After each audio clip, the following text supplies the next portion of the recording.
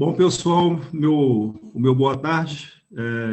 Primeiramente, agradecer a presença de todos. Né? Estamos aqui em mais uma sessão especial de conjuntura do Corecon com a Associação Keynesiana Brasileira, né? Que a gente do Corecon, né, já está com temos uma cultura já de alguns anos, né, de ajudar a patrocinar, né, a associação, os encontros da associação, né, enfim, mais do que nunca, digamos assim, a gente reconhece a importância, né, dado esse momento de crise profunda, né, por qual passa o Brasil.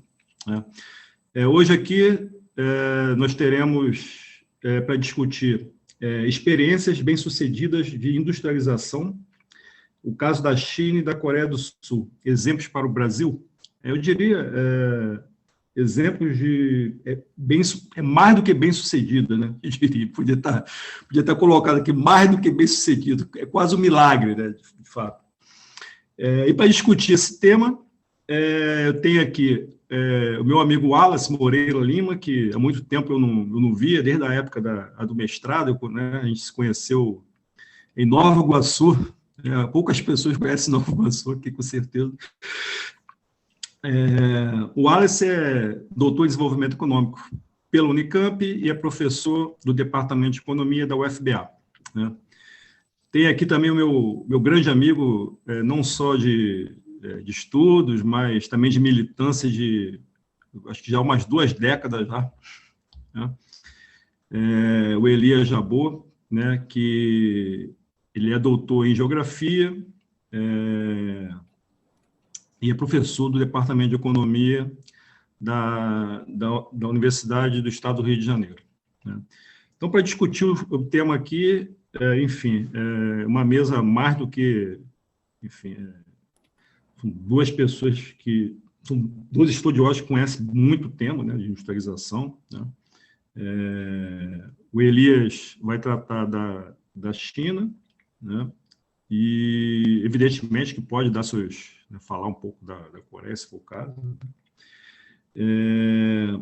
E o Wallace vai destacar mais o caso da Coreia, evidentemente, vai ficar à vontade se precisar falar alguma coisa, se quiser falar alguma coisa da China, evidentemente. Tá? Bom, cada um terá meia hora, né, de apresentação, depois nós abriremos para as perguntas, né, do nosso público. Tá? Então, mais uma vez, boa tarde, agradecer mais uma vez a presença de todo mundo. Acho que a gente poderia começar com o Wallace, tudo bem, Wallace? Pode ser? Pode ser sim, pode, claro. Tá bom. Então, eu só vou pedir para você me falar do tempo, Marcelo, porque às vezes eu tenho uma certa dificuldade. Sem problemas.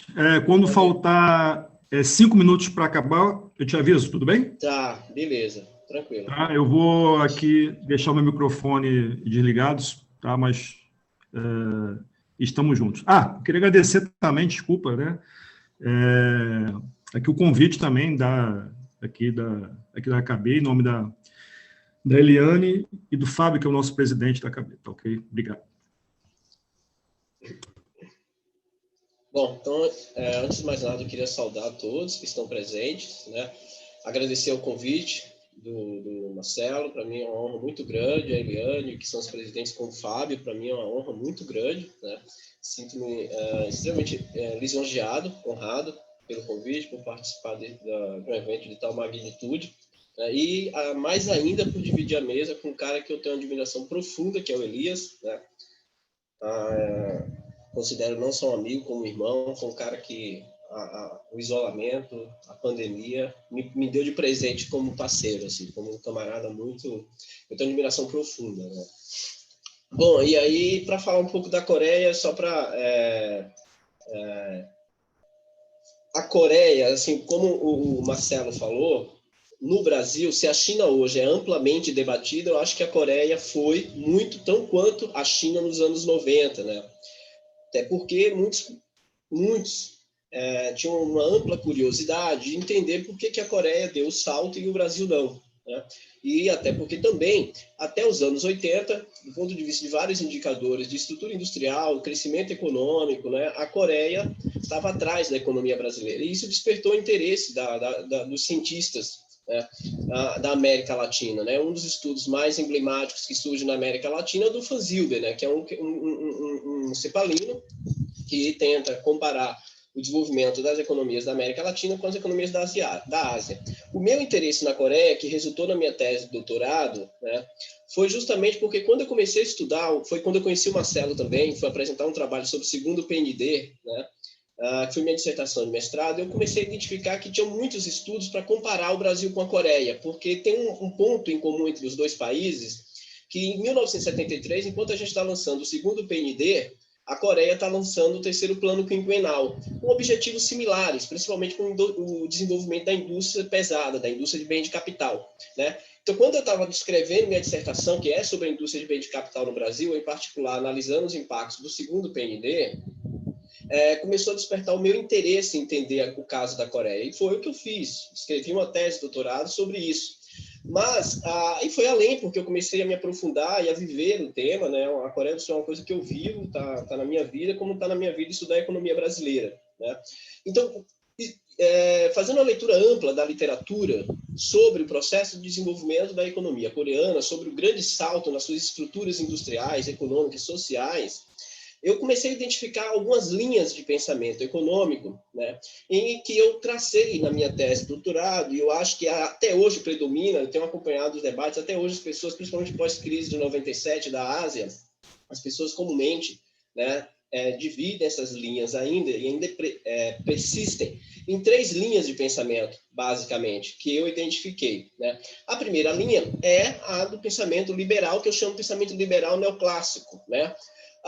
Basicamente, eu não vou adentrar em pequenos por causa do tempo, mas depois, aí, se tiver questões, a gente pode aprofundar. Basicamente, um dos principais argumentos dessa linha é de que uma das grandes questões que diferenciam as economias asiáticas das economias da América Latina, em particular, aí, pegando o caso da Coreia, é que as economias da América Latina adotaram um modelo de industrialização substitutiva de importações por muito tempo, que fechou a economia com amplas políticas de subsídios e de incentivos, né, obstruindo, portanto, a capacidade de competitividade e, portanto, tornando essas economias atrasadas, próximas às economias asiáticas, que adotaram um modelo chamado export-led, né, em que, por definição, esse modelo export-led ele é aberto. E isso é interessante porque, veja, um dos estudos liberais mais famosos, que é do estudo do Banco Mundial, que muitos só conhecem o de 1993, né? Tem um estudo dele que foi publicado em 1993, só que tem um estudo anterior a esse de 1993, que ganhou muita fama por causa do conceito de export-led e a ênfase no capital humano, em particular na educação, que é de 1987, e que é uma revisão. Por que é uma revisão? Quando foi feito esse primeiro estudo de 1987, eles negligenciaram deliberadamente todas as políticas de subsídios e incentivos e o papel do Estado implementado na trajetória de desenvolvimento sul-coreano. E quando Alice Amsden e outros estudiosos, como Ha-Joon Chang, publicam estudos, né, mostrando que era um completo equívoco, em 1993, o estudo do Banco Mundial faz uma revisão reconhecendo que, de fato, né, a Coreia do Sul tinha políticas de intervenção com incentivos e com um determinado nível de protecionismo. Só que eles vão para um argumento, assim como Lee Sung-kim, assim como Bela Balassa, qual que é o argumento básico para negar o impacto da intervenção da política pública, das políticas desenvolvimentistas na Coreia do Sul? É de que, né, havia uma política de neutralidade dos incentivos, porque elas eram dadas tanto para as exportações como para as importações, de tal forma que essas políticas não alteravam os preços relativos. Esse é o argumento básico de todos os estudos liberais para negar, né, o impacto da intervenção das políticas públicas na trajetória de desenvolvimento sul-coreano. Né? Basicamente, de forma resumida, é isso, mas eu queria só pontuar um aspecto do estudo do Banco Mundial, né, que dá muita ênfase ao papel da educação, e eu acho isso interessante porque isso, posteriormente, ganhou uma dimensão, né, desproporcional ao ponto das pessoas acharem que a educação por si só ela resolve o problema das trajetórias de desenvolvimento das nações. Então, o senso comum que passou a predominar em relação à Coreia são essas duas variáveis, né, que é uma economia livre, aberta, e além dela, que é a educação, investir na educação, pronto, resolveu os problemas. Então, quando se fala da Coreia, a primeira coisa que eu ouço, geralmente, é investir na educação. Eu falei, tá, mas aí tem outros elementos que precisam ser considerados, que são ignorados, e na minha concepção, pelos estudos desses autores, de forma deliberada, não é algo marginal e nem algo, né, fortuito, né? A segunda corrente que eu identifico é justamente dos autores que eu citei, Rajun Chang e Alice Amsden, né, que eu chamo de economistas heterodoxos, né? É uma interpretação dos heterodoxos em que dão ênfase ao papel do Estado na trajetória de desenvolvimento das economias asiáticas e considerando particularmente o papel na questão da Coreia do Sul, né? A Alice Amsden, eu acho genial a interpretação dela, e o Chang também tem uma parte que ele fala isso, né, que eles falam assim, olha, a interpretação neoclássica, liberal, das economias asiáticas, em particular da Coreia do Sul, não passa de uma nota de rodapé. E além de tudo, é equivocada, né? Eles mostram a superficialidade da interpretação desses estudos sobre a trajetória de desenvolvimento da economia sul-coreana. E aí a Alice Amsden, ela parte para uma discussão que eu acho muito rica, que ela diz assim, olha, quando se vai estudar economias periféricas de industrialização tardia, tem que ter clareza que esses países só se desenvolvem, né, distorcendo os preços de forma deliberada. Sem isso, eles não vão se desenvolver. Acreditar que existe a possibilidade desses países de industrialização tardia, né, se desenvolver sem intervenção do Estado é quimera, é puro sonho, né? É uma crença e ideais que não ultrapassam o limite do desejo, né? Que não condiz com a realidade dessas economias. Então, ela vai chegar e vai dizer assim, olha, tem 3 dimensões essenciais, e o Chang também corrobora com isso, converge com isso com ela, para entender a trajetória de desenvolvimento da economia da Coreia do Sul, que é a política de promover diversificações das decisões empresariais para a entrada em novas indústrias, tanto é que é importante a gente ter clareza que os chaebols, os grandes conglomerados sul-coreanos, são empresas que atuam em atividades relacionadas e não relacionadas, ou seja, são altamente diversificados, né? Uma política macroeconômica para manter um nível de atividade econômica elevada ao ponto de sustentar o crescimento dessas grandes empresas, e esse crescimento não ser um crescimento apenas em si mesmo, mas um crescimento que esteja associado a um amplo processo de expansão da produtividade. E aí vem um ponto que eu acho essencial para entender essa dinâmica de crescimento das economias sul-coreanas, que não é o export-led, é uma economia em que a demanda agregada é determinada pelo investimento, né, e não pelo modelo do export-led. O export-led é um resultado de um modelo em que tinha o papel do investimento como central na trajetória de crescimento e transformação estrutural desses países. A terceira linha de interpretação da Coreia, que eu identifico, são os defensores de que o cenário geopolítico, eu chamo de exogenismo, né, que o cenário geopolítico, o cenário externo, sempre foi favorável às economias asiáticas e, em particular, à Coreia do Sul. E aí eles pegam vários momentos da trajetória entre os anos 60 e os anos 80, e principalmente os anos 80, porque enquanto as economias da América Latina estão passando por uma restrição, né, de acesso ao crédito internacional por conta da queda da liquidez, as economias asiáticas, em particular a Coreia, não vai passar por essa mesma crise de liquidez, porque você tem o Japão em ascendência, que está internacionalizando seu capital, e tinha uma ampla integração, em particular com a economia da Coreia do Sul. E, segundo ponto, a economia japonesa permitia um processo de transferência de tecnologia que os Estados Unidos nunca permitiram aos países da América Latina, e isso é fato. Isso é fato, né? A questão é até que ponto esse cenário geopolítico externo é o suficiente para explicar a trajetória de desenvolvimento da Coreia, é o ponto que eu questiono. Assim como também o que eu questiono é até que ponto o Estado, né, isolando o cenário internacional, não considerando ele como importante, é o suficiente também para determinar a trajetória de desenvolvimento da economia sul-coreana. O que eu quero dizer com isso?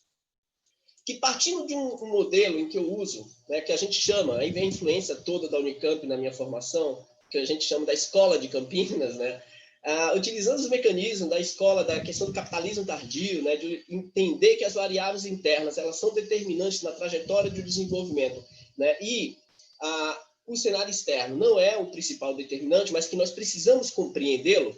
Eu vou analisar eu analiso a trajetória de desenvolvimento da Coreia do Sul em 4 dimensões, né, para entender o grande salto da Coreia. Quais são essas 4 dimensões? Utilizando tanto o arcabouço heterodoxo, como também entendendo o cenário internacional, não ignorando, mas não achando que ele é o determinante, né? A Coreia, o que eu costumo dizer que a Coreia do Sul, ela conseguiu otimizar esse cenário internacional favorável. E ele consegue, a Coreia do Sul, através do presidente Park, de 1961 até 1979, quando ele é assassinado, eles conseguem otimizar isso dentro de 4 dimensões internamente. Quais são essas 4 dimensões? A estrutura de propriedade do capital, o processo de centralização financeira e o processo de organização empresarial e o processo de absorção e desenvolvimento tecnológico. Então, essa primeira dimensão, né, da estrutura de propriedade do capital que eu vou abordar, na verdade, todas essas 4 dimensões, você consegue identificar, né, e aí é um ponto interessante também, nos 5 planos quinquenais. A gente nunca pode, na minha concepção, entender um país e ignorar, por exemplo, no caso aí da China, o Elias, que é o grande nome da China, vai falar melhor do que eu, e desconsiderar esses países os seus planos quinquenais. No caso da Coreia, entre 1962 até 1986, nós tivemos 5 planos quinquenais que foram essenciais para o desenvolvimento da Coreia do Sul, e negá-los é tentar entender a Coreia do Sul pela metade, ou ignorar quase 90% do entendimento, da compreensão da trajetória de desenvolvimento e do salto tecnológico industrial da Coreia do Sul. E aí tem um outro ponto.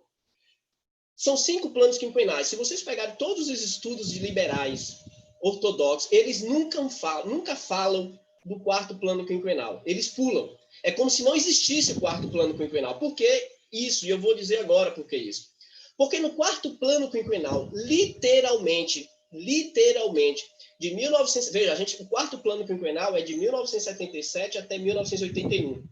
Então, eles estão falando em um processo de substituição em setores como aço e produtos químicos, né, como setores de bens intermediários essenciais para o avanço na trajetória de inserção internacional da economia sul-coreana e eliminar uma deficiência estrutural que se consubstancia no déficit em transações correntes, em qualquer economia periférica. Qualquer economia periférica. Então, veja, a gente está falando de um plano, 4º plano quinquenal, nos anos 80, em que os liberais estão dizendo que a Coreia já adotava o export-led. O export-led, ele foi um resultado da construção dessas bases. É no 5º... Aí, por que os liberais, eles pulam do 3º, que é até 76, e vão para o 4º? Porque o 4º começa em 83 até 87, e literalmente eles falam, está no momento da gente promover um processo de estabilidade e abertura para o choque de competitividade com o mundo, e de forma gradual, seletiva, escolhendo setores estratégicos, aqueles setores que nós já acompanhamos, já tivemos um processo de maturação o suficiente para enfrentar a competitividade internacional. Por isso que, para os estudos liberais, eles pulam o 4º plano quinquenal. Então, em todos os estudos que eu averiguei, que eu estudei, eles ignoram deliberadamente, não é ignorar um estudo, né, de forma equivocada ou sem querer, né? Então, veja, qual é a minha visão sobre essas quatro dimensões as quais eu estou citando? A primeira questão é a dimensão da estrutura de propriedade, e eu acho que isso faz uma diferença fundamental quando a gente vai comparar com o Brasil, por exemplo. Porque quando a Coreia começa a desenvolver suas estruturas de propriedade, a principal característica delas é a presença das grandes chaebols, as grandes empresas, né, os grandes oligopólios, grandes empresas privadas nacionais, familiares, que atuam ali em diversos setores da economia e têm uma relação com o governo no processo de implementação dos planos quinquenais de forma extraordinária. É uma relação intrínseca. Entender a Coreia do Sul é entender a relação que predomina até hoje entre governo e os grandes oligopólios sul-coreanos. Para você ter uma ideia, por que eu falo até hoje, recentemente, pós-crise da Ásia, em 1997, quando a Kia quebrou, o governo teve que levar a empresa a leilão. Uma das cláusulas que foi imposta pelo governo na virada da noite do leilão foi que a empresa só podia ser vendida para uma empresa nacional. E a única empresa nacional que poderia comprar a Kia era a Hyundai. A Hyundai compra e ocupa hoje quase 80%, né, da indústria automobilística no mercado sul-coreano. Então, veja que até hoje predomina essa estratégia. Essas empresas de propriedade de capital, de estrutura de propriedade nacional, né, elas vão ter uma função de diversificação na economia sul-coreana de extrema relevância em cada momento de um plano quinquenal. Então, essas empresas, por exemplo, vou pegar o caso da indústria automobilística, porque ele é emblemático, e antes do surgimento da Hyundai, só tinha a Syngin. A Syngin era uma parceria com a GM, primeiro com a Toyota, aí surgiu uma parceria com os chineses, que um dos elementos era que a Toyota eliminasse essa relação com a Coreia, e aí a Syngin vai para uma parceria, né, com a GM para eliminar os custos de produção via acesso a peças de componentes já formadas nos Estados Unidos. Com o presidente Park, né, na própria bibliografia dele, na autobiografia dele, tem discursos claros dele que para se consolidar uma grande nação era necessário ter uma indústria automobilística. E aí ele começa a financiar e escolher famílias para criar uma empresa que fabricasse um modelo com 90% de conteúdo nacional, que é o caso da Hyundai. E um modelo com as características do pequeno mercado sul-coreano, que fosse também dentro de um processo de consumo de combustível, de tamanho do carro, mas de acordo com as características da economia sul-coreana, né? Então, veja, essa estrutura de propriedade formada pelos grandes chaibos teve também como contrapartida um forte controle sobre o investimento estrangeiro direto. Todo investimento estrangeiro direto entrando na Coreia do Sul, e aí vem aquela questão, porque o cenário geopolítico foi favorável. No Brasil também, o cenário geopolítico foi favorável, na minha concepção, até os anos 70. Essa é a minha ideia, né? E, portanto, nós não fizemos isso. É por isso que eu falo que esses elementos diferenciam muito nossa trajetória, né? Do ponto de vista de estrutura de propriedade do capital, investimento estrangeiro direto tinha metas de coeficiente de exportação, meta de coeficiente de nacionalização de conteúdo local, meta de importação, de coeficiente de importação, a remessa de lucro e setores específicos. Eles não operavam e nem faziam o que queriam. É diferente, por exemplo, na minha perspectiva, do que foi feito no Brasil pós-governo Café Filho, né, com a instrução 113 da SUMOC, que permitiu ao JK, por exemplo, né, que desse às empresas a capacidade de importar sem cobertura cambial, gerando um processo de desnacionalização da economia, ou acentuado esse processo. A Coreia do Sul, com a preocupação sobre a estrutura de propriedade do capital, eles não permitem que isso aconteça. Então, essa é a primeira dimensão, que eu acho que é uma característica extraordinária da trajetória de desenvolvimento sul-coreano e que é negligenciada pelos estudos liberais. A segunda dimensão que eu trato é a questão das organizações, da organização industrial, que é um projeto amplo de concentração de mercado, né? São empresas são empresas que têm um poder de mercado profundo, e no próprio discurso do presidente Park, ele deixa claro que era necessário concentrar mercados e não ampliar a concorrência para o ganho de escopo e escala e o ganho de competitividade internacional. Para o presidente Park, era muito claro na concepção dele que uma concorrência excessiva não permitia, por exemplo, que essas empresas sobrevivessem em seus mercados. E, portanto, era necessário um processo de oligopolização, né? Tanto é que muitos autores fazem críticas a esse excessivo processo de oligopolização do mercado na Coreia. As reformas, por exemplo, impostas na Coreia em 1990 para ela entrar na OCDE era quebrar com a chaibos. Isso é bem interessante. Você vê o tamanho que a chaibos tem e o poder de competitividade que essas empresas têm, ao ponto em que a OCDE, né, exigiu como contrapartida da entrada da Coreia na OCDE, né, um processo de abertura e quebra dos poderes de oligopólio dos chaibos na economia da Coreia. E aí tem um ponto interessante que eu queria tocar sobre essa questão do papel da chaibos, que é o presidente Park, em 1961, quando ele assume o poder, a primeira coisa que ele vai fazer é estatizar o sistema financeiro sul-coreano. Por quê? No período de colonização norte-americana, né, pós-invasão japonesa, exploração japonesa, eu uso muito o termo exploração e invasão japonesa porque eu assumo a dor dos coreanos, né? É uma relação muito delicada e cara a eles, e quando se trata disso, eu incorporo o mesmo discurso que eles incorporam, e eu sou completamente contrário ao revisionismo da exploração e do crime que foi cometido pela economia japonesa ao povo sul-coreano, ao ponto de 80% da população ter tido que mudar de nome e incorporar o nome japonês, imposta pelo Império Japonês sobre os sul-coreanos, né? Então, hoje, na literatura, tem muitos historiadores que tentam fazer revisionismo sobre isso, e eu sou completamente contrário, né? Então, veja, a primeira coisa que o presidente Park vai fazer em 1962, depois da intervenção norte-americana, que o governo norte-americano privatizou todo o sistema financeiro e, além de privatizar, ele desnacionalizou. O presidente Park, em 1962, a primeira coisa que ele faz é reestatizar todo o sistema financeiro e nacionalizar.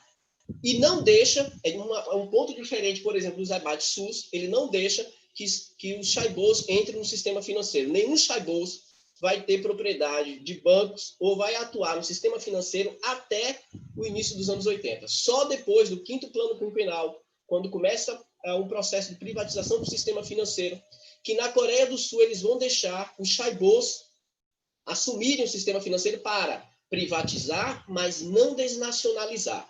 E aí, depois eu entro nos anos 90 e falo um pouquinho disso, que eu acho que foi um dos grandes erros da Coreia nos anos 90, né? Que promoveu o retrocesso. Então, veja, esse processo de concentração de mercado, ele se dá com o poder da chaibôs, mas muito estratégico por parte do presidente Park. Ele sabia muito bem até que ponto, na minha concepção, então é que aí tem a tese do Peter Evans, né, de uma autonomia relativa do Estado, porque existe uma correlação de força que não é simples entre a burguesia interna nacional, que é de caráter nacional, ela não é só interna, mas ela é nacional, né, e com o Estado, e uma correlação de força que o presidente Park, ele limitava a atuação das economias ou dos chaibôs. E aí que entra no outro processo, né, que é a questão da centralização financeira, né? A centralização financeira, como eu acabei de comentar, quebra toda a lógica. Oi, Marcelo. Tem 5 minutos. Tá. Quebra toda a lógica. 5 minutos. Beleza. Quebra toda a lógica de que poupança determina investimento, porque a Coreia não tinha poupança, diga-se de passagem. Ou seja, a estatização do sistema financeiro era captar recursos internacionais e alocar esses recursos para os setores considerados estratégicos. Esses setores considerados estratégicos estavam ali dentro dos planos quinquenais, o 1º, 2º, 3º, 4º e o 5º. Então, os recursos, pelo presidente Park, era alocado para esses setores por um sistema estatizado nacional, principalmente pelo Banco Nacional de Desenvolvimento sul-coreano, né, para os setores considerados estratégicos. Então, tem um sistema financeiro na Coreia do Sul, né, que foi amplamente nacionalizado e instrumentalizado em prol do desenvolvimento e que operava numa dinâmica anticíclica. Quando tem o choque da crise do preço do petróleo em 1973 e 79, esses bancos foram essenciais para captar recursos em acordos estabelecidos pelo presidente Park com o Japão na retomada de relações diplomáticas para financiar o 3º e o 4º plano quinquenal. Né? Isso é bem interessante. E para finalizar, né, e aí depois eu posso entrar em mais questões, é a 4ª dimensão, que é a questão da estratégia de absorção de conhecimento.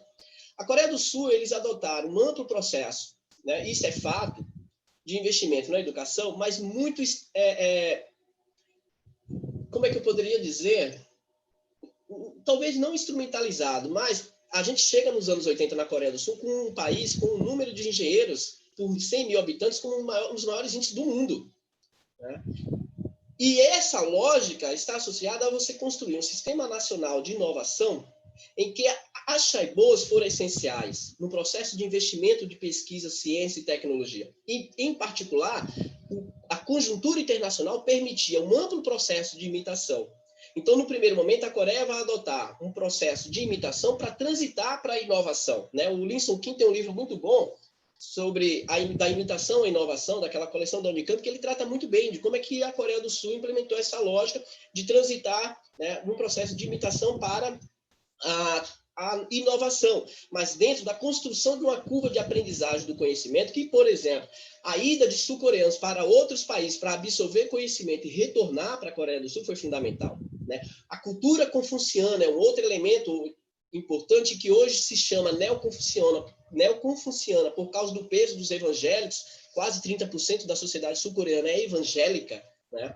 E isso alterou um pouco essa lógica do papel do confucionismo, mas isso não deixa de perder a ideia da disciplina, da dedicação, da identidade nacional sul-coreana. Eu acho que isso é fundamental para entender o processo de construção, de absorção de conhecimento, transferência de tecnologia em forte associação, financiada pelo Estado, construída dentro dos próprios chaibôs, esses centros de pesquisas, que, no período recente, tem sido muito corrigido, principalmente a partir dos anos 90. O próprio professor Kim Lin, né, que é um professor neo-shipteriano da Universidade Nacional de Seul, ele tem mostrado isso com muita constância, de que nos anos 90 o governo percebeu que havia um distanciamento muito grande entre empresas e grandes centros universitários, em particular a Universidade Nacional de Seul, que é a maior da Coreia.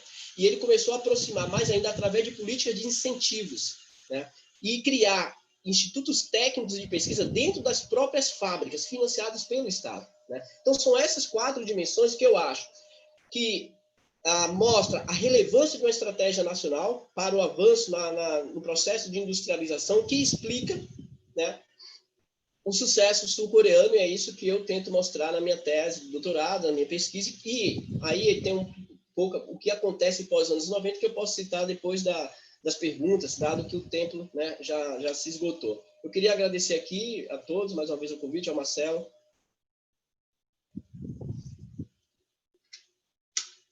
Tá. Pô, Wallace, você terminou exatamente... Você tinha até uns 30 segundos. Não, rapaz, eu sou baiano. Baiano gosta de pontualidade. Eu sei como é que é. Eu sei como... Que nem a gente do Rio também é igualzinho. Pontualidade sempre... Mas tá tranquilo. Muito bom, Wallace. Já estou pensando em formular umas perguntas aqui agora, mas vou... Não aguentei. Depois dessa, vou conceder a palavra imediatamente ao nosso amigo. Ele já... Veja bem, eu sou baiano de Araci, rapaz. Em Araci a gente tem uma cultura, entendeu? De pontualidade. Sim, já estive lá. É sempre na hora. Sempre na hora. Quando faltar 5 minutos, eu te aviso. Pior é que aqui no Rio você chega no horário, é pontual, a pessoa chega 2 horas depois, ela te convence que o errado é você, entendeu? Sabe? Então, imagine na Bahia como que é isso, né, Márcio? Né? Ou seja, quanto mais longe o capitalismo está de penetrar nas relações sociais, mais essa prática é comum, né? Enfim, eu quero agradecer aqui esse convite, essa indicação para fazer a apresentação sobre a China. Eu gosto muito de estar na KB por vários motivos. É um local, assim, eu particularmente acho que é o local em que eu me sinto mais à vontade para falar, assim, porque são pessoas que eu tenho um carinho muito grande, pessoal, evidente.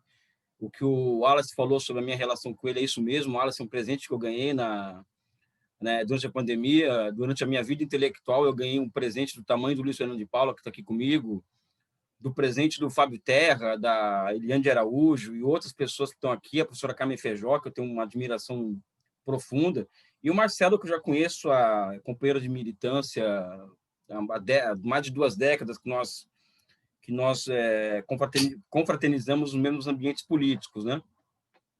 Eu não vou fazer aqui nenhuma apresentação com slide mostrando dinâmica de elementos de demanda agregada sobre a China, mas como o Wallace colocou essa questão da taxa de investimento, a questão do investimento, a variável independente, que é determinante para compreender o processo sul-coreano, né? A China tem uma particularidade nesse aspecto, só para antecipar, antes de começar a minha apresentação. A China, desde 1985, ela opera com taxas de investimentos acima de 30% ao ano, né? Taxa de investimento em relação ao PIB, desde 85, desde 2008 eles passaram dos 40%. O que é mais interessante ainda é que desde 1952, que é o primeiro plano quinquenal, até 1985, a taxa de investimento em relação ao PIB médio na China é de 25%. Então, a China é um caso único na história de crescimento econômico há 70 anos, quase. Evidente que muda a dinâmica em 78, é evidente que muda as características do extensivo para o intensivo, não é? Mas o fato é que a China é o único caso da história de um país que cresce há 70 anos, né? Nós destacamos muito o período pós-78 e com razão, mas é bom lembrar que há 70 anos que a China convive com altas taxas de crescimento. Vou dar alguns exemplos aqui. Antes das reformas econômicas de 78, a China já tinha sua bomba nuclear, a China já tinha construído o metrô de Pequim. Para quem sabe o que é uma obra de metrô, envolve cadeias produtivas das mais diversas, e a China construiu o metrô de Pequim, inaugurou em 76, com tecnologia chinesa, né? A China já tinha lançado satélites artificiais ao espaço em 71, ou seja, a China já tinha construído uma base industrial que a condicionou a fazer o Catnap a partir de 71, o Catnap no outro patamar a partir de 78, né? Então eu consigo ver, eu vejo mais uma continuidade, uma ruptura entre 49 e 78 do que uma ruptura, vamos dizer assim, né? É o que eu chamaria de fusão de um Estado revolucionário fundado em 49 com um Estado de desenvolvimentista fundado em que Deng Xiaoping ele internaliza a partir de 78. Então, essa China que está aí hoje ela é a fusão de dois Estados. A fusão do Estado revolucionário, fundado por Mao Tse-tung, com o Estado desenvolvimentista internalizado por Deng Xiaoping em 78. É dessa forma que eu enxergo a China hoje, quando eu estudo esse fenômeno. Eu vou repetir aqui, de forma ampliada, o que eu já falei ontem, porque eu quero aproveitar essa oportunidade, que tem mais gente, inclusive, aqui, para expor a minha agenda de pesquisa, que a maioria das pessoas aqui já conhece, só que eu vou falar de forma ampliada, porque vou ter mais ou menos 28 minutos para falar. Ontem eu tive 15, né? Então, eu particularmente acredito que após 2008, a China está operando uma verdadeira revolução copernicana no que cerne ao surgimento de novos aportes em matéria de produção e gestão de produção. Tá? E quando eu estou dizendo isso, eu digo claramente que nós vamos precisar de encontrar outros marcos conceituais, categoriais, para poder compreender esse novo. Porque as teorias elas surgem como reflexo de fenômenos que vão aparecendo. Então, o keynesianismo ele reflete um estágio determinado do capitalismo, o capitalismo o capitalismo Adam Smith e Ricardo, eles expressam um determinado nível de desenvolvimento do capitalismo, que é aquele capitalismo do século XIX. Mesmo Marx, por mais que universal que Marx seja, em relação aos outros autores, ele faz a leitura do capitalismo de Manchester, né? E por aí vai. Então, eu acredito que a China ela atinge um patamar de desenvolvimento em que que fica mais clara depois de 2008, em que é lançado o desafio à ciência econômica, ou seja, não dá para entender aquilo, sob o meu ponto de vista, a partir de categorias de 40 anos, com as mesmas categorias e olhos que nós olhávamos há 40 anos atrás, 30 anos atrás. E nisso aqui, Wallace, se você fala da questão do export-led, eu estendo para outros conceitos. Eu acho que tem conceitos que está pegando até mal de ficar usando quando fala de Ásia, né? Poupança, capitalismo de Estado, quando fala de China. Eu acho que são conceitos que mais atrapalham do que ajuda a explicar, no caso da China, tanto poupança quanto capitalismo de Estado, né? Porque nem a China é um capitalismo de Estado, né? Aliás, nem existe capitalismo de Estado, porque o capitalismo é uma criação estatal. Então, no caso, isso é uma redundância, chamar algo de capitalismo de Estado é uma redundância. Nem a poupança explica o crescimento chinês, né? E muito menos como você coloca export-led, isso também explica a Coreia do Sul. Então, acho que existe uma necessidade de uma revisão conceitual, não esperar que os americanos façam por nós, o Danny Roderick, desse pessoal todo lado de fora faça por nós copiemos eles. Acho que dá para começar a fazer por aqui essa revisão conceitual sobre essas realidades que estão postas aí. E a China hoje é uma economia que ela transita de uma máquina de geração de valor e troca, ou seja, a China, na década de 90, ela completa a formação de um sistema empresarial. Aliás, ela completa agora, quer dizer, mais recentemente, mas a partir da década de 90, ela vai se transformando rapidamente em uma máquina de produção de valor de uso, de valor de troca, de valor e valor de troca, né? Também cometendo uma redundância, ou seja, ela constrói um parque industrial completo, com uma capacidade imensa de gerar valor orientado ao mercado. E a transição que a China faz hoje, que é essa transição que tem nos obrigado, no meu caso particular, a buscar outras referências intelectuais para poder entender, é a transição de uma economia que passa a ser voltada para a construção de grandes valores de uso, não valores de troca, né? Não somente valores de troca, mas a China já transita para a construção de uma economia de geradora de grandes valores de uso. E eu vou usar outro nome para descrever essa economia, né? Como economia voltada à construção de grandes bens públicos. Tá? Então, essa economia, que hoje ela é voltada para a construção de grandes bens públicos, né, eu chamo de nova economia do projetamento. E essa nova economia do projetamento, eu resgato algumas não, eu resgato e tento da contemporaneidade ao que Rangel viu em 59, que ele via semelhanças entre o projeto Sputnik na União Soviética e ao Estado de Bem-Estar Social Europeu, mais o processo de reconstrução europeia, o Rangel via regularidades que, entre esses dois fenômenos, e a isso ele deu o nome de economia de projetamento, porque são economias que são baseadas em grandes projetos, né? E só pode ser baseadas por grandes projetos, porque a lei do valor ela passa por um processo de restrição de ação, né? E quando se restringe a ação da lei do valor, uma economia ela pode ser voltada ao longo prazo, a grandes projetos, em detrimento de uma economia onde a lei do valor ela transita de forma sagaz e tranquila, sem intervenção do Estado. Ou seja, essas economias que conseguem restringir ao máximo a ação da lei do valor podem se voltar a grandes projetos. Essas economias morrem com o final da União Soviética, morre com a transformação, com a financiarização e morre com a transformação da economia americana em um keynesianismo militarizado. E essa economia de projetamento que Rangel ele constrói essa teoria do projetamento em 59, ela ressurge na China com novas roupagens que inclusive é que eu tenho tentado elaborar ao longo dos últimos anos, né? Essa nova economia do projetamento, né? ou essa possibilidade de superação, essa incapacidade das teorias convencionais de explicar a China, ela é fruto de dois processos simultâneos que eu também comentei ontem. O primeiro é a transformação da China do socialismo de mercado em uma nova formação econômico-social. Eu trabalho nas minhas pesquisas em termos de capitalismo e socialismo. Acho que existe capitalismo no mundo, existe socialismo no mundo, existem variações de capitalismo, existem variações de socialismo, ou seja, essas variações eu dou o nome de formações econômicas sociais, né, sendo fiel à minha corrente filosófica, que é o materialismo histórico, né? E a China em 78 inaugura uma nova classe de formações econômicas sociais. E também dentro dessa nova formação econômica e social, que se consolida após a crise de 2008, surgem novas e superiores formas de planificação econômica a partir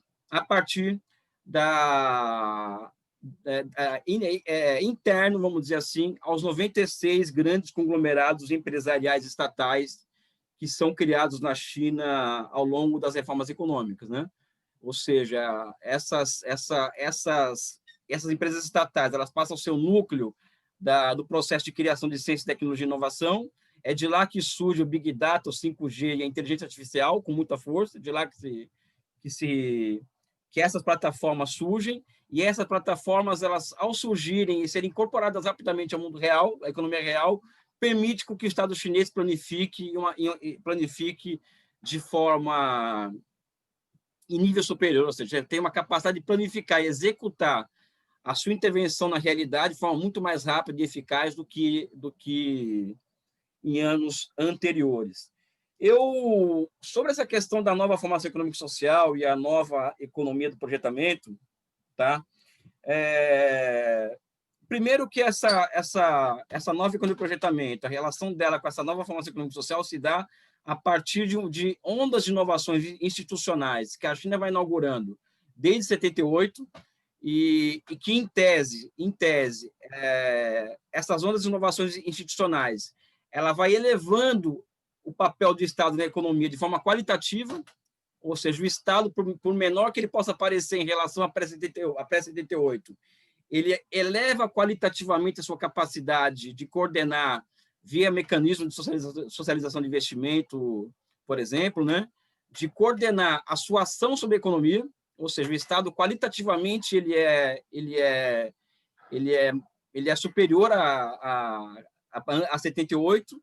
Também ele eleva o seu controle sobre a economia, ele diminui de tamanho no concreto, né? Só que as formas de controle sobre a economia elas se espalham, né, de formas diretas e indiretas de controle.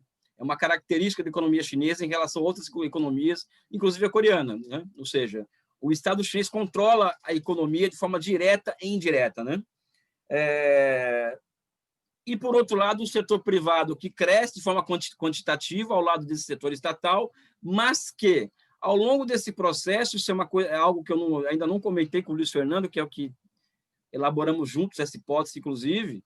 Esse setor privado, além de se tornar cada vez mais ancilar ao setor estatal, ele vai sendo cada vez mais controlado pelo setor estatal da economia. Quando falo setor estatal, falo do modo de produção dominante, né? Da economia. Ou seja, esse setor privado, atualmente, ele é obrigado a ter um CEO como membro do Partido Comunista. As decisões de investimento do setor privado, dependem de aprovação do Estado, tem que estar em concordância com os objetivos do Estado.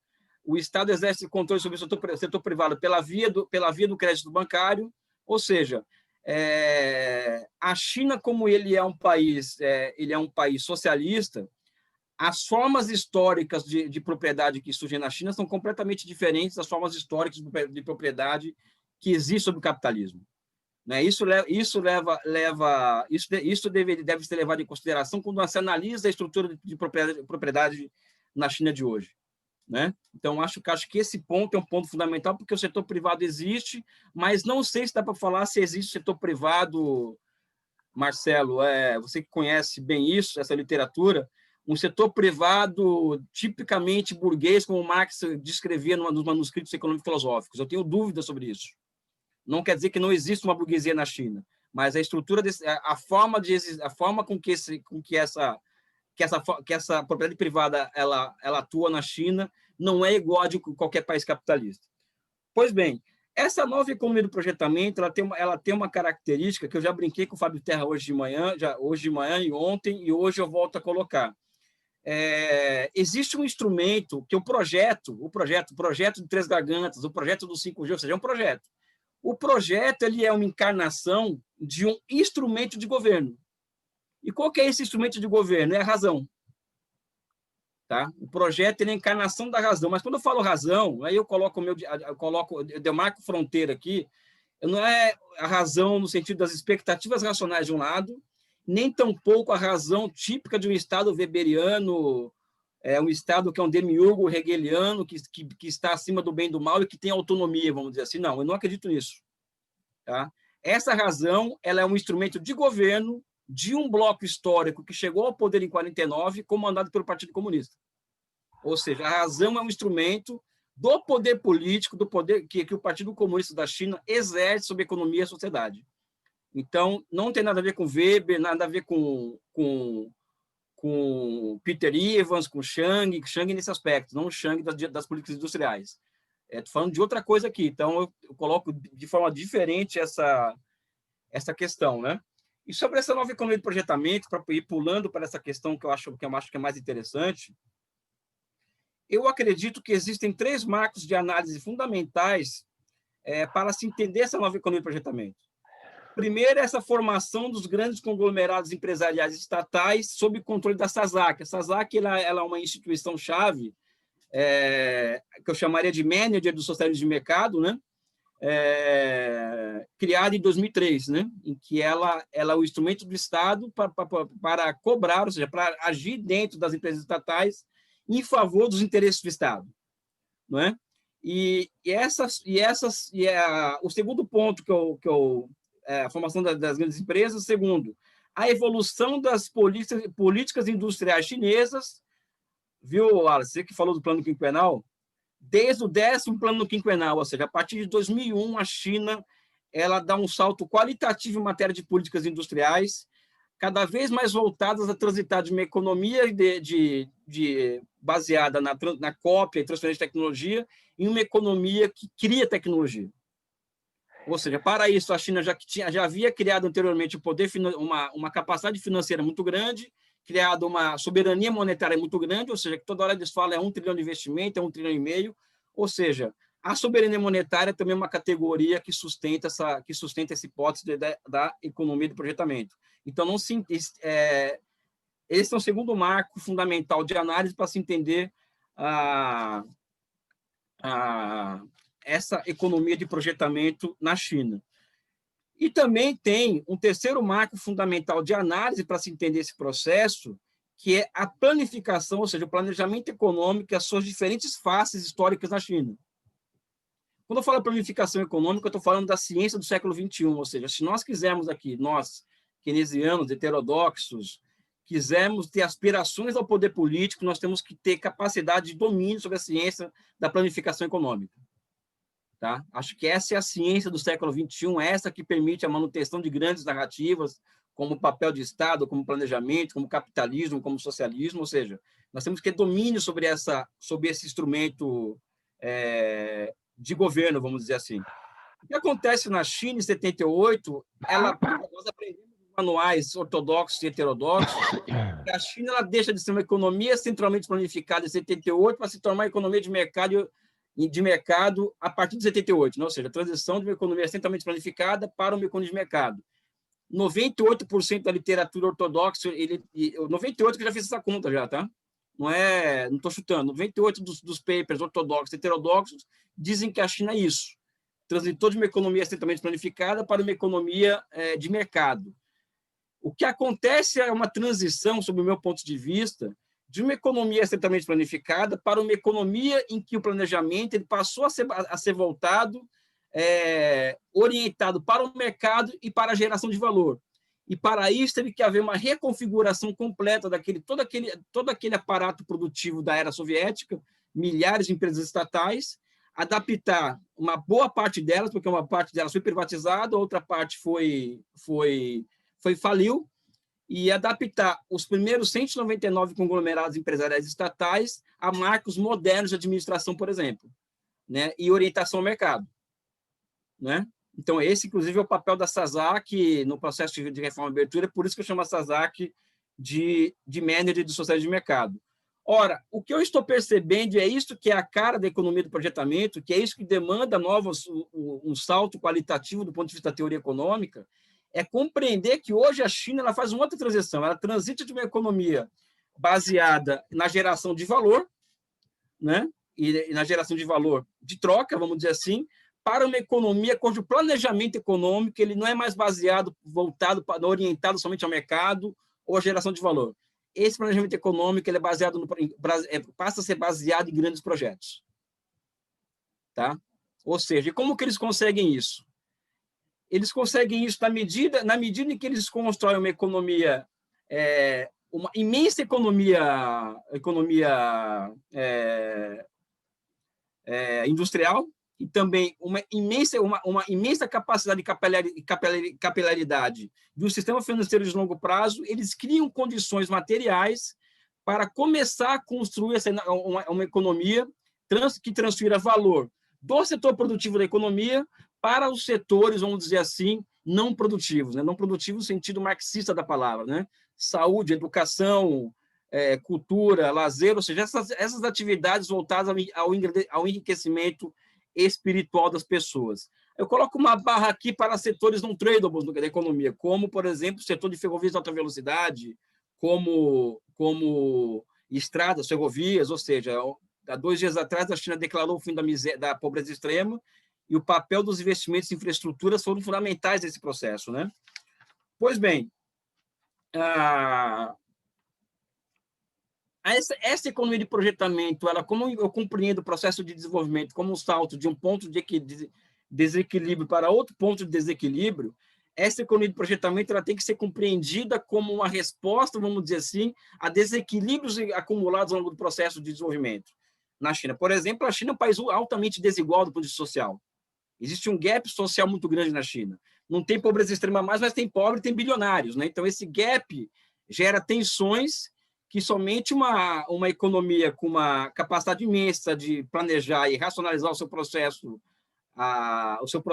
de racionalizar o processo é capaz de enfrentar, né? Então, até que a tendência a aumentar a desigualdade diminui, ou seja, hoje a China está diminuindo a sua desigualdade, até porque as diferenças de produtividade interregionais de trabalho está também diminuindo na China, né? E também é um país que criou um imenso problema ambiental, né? Ou seja, a China é o segundo maior poluidor do mundo. E isso demanda também o surgimento de novos marcos produtivos, financeiros, etc., para enfrentar essa questão ambiental. Isso envolve grandes investimentos em matéria de energia limpa. A cada plano quinquenal aqui é 500 bilhões de dólares, né? Que é investido para a transição de uma economia baseada no carvão para uma economia de baixo carbono. E a China é o primeiro país do mundo a dizer que em 2060 vai operar baixíssimo carvão, né? E é o país que atualmente planta 2 vezes mais árvores hoje. Lá a China planta 2 vezes mais árvores do que o resto do mundo, né? Eu acho que essa é algo interessante.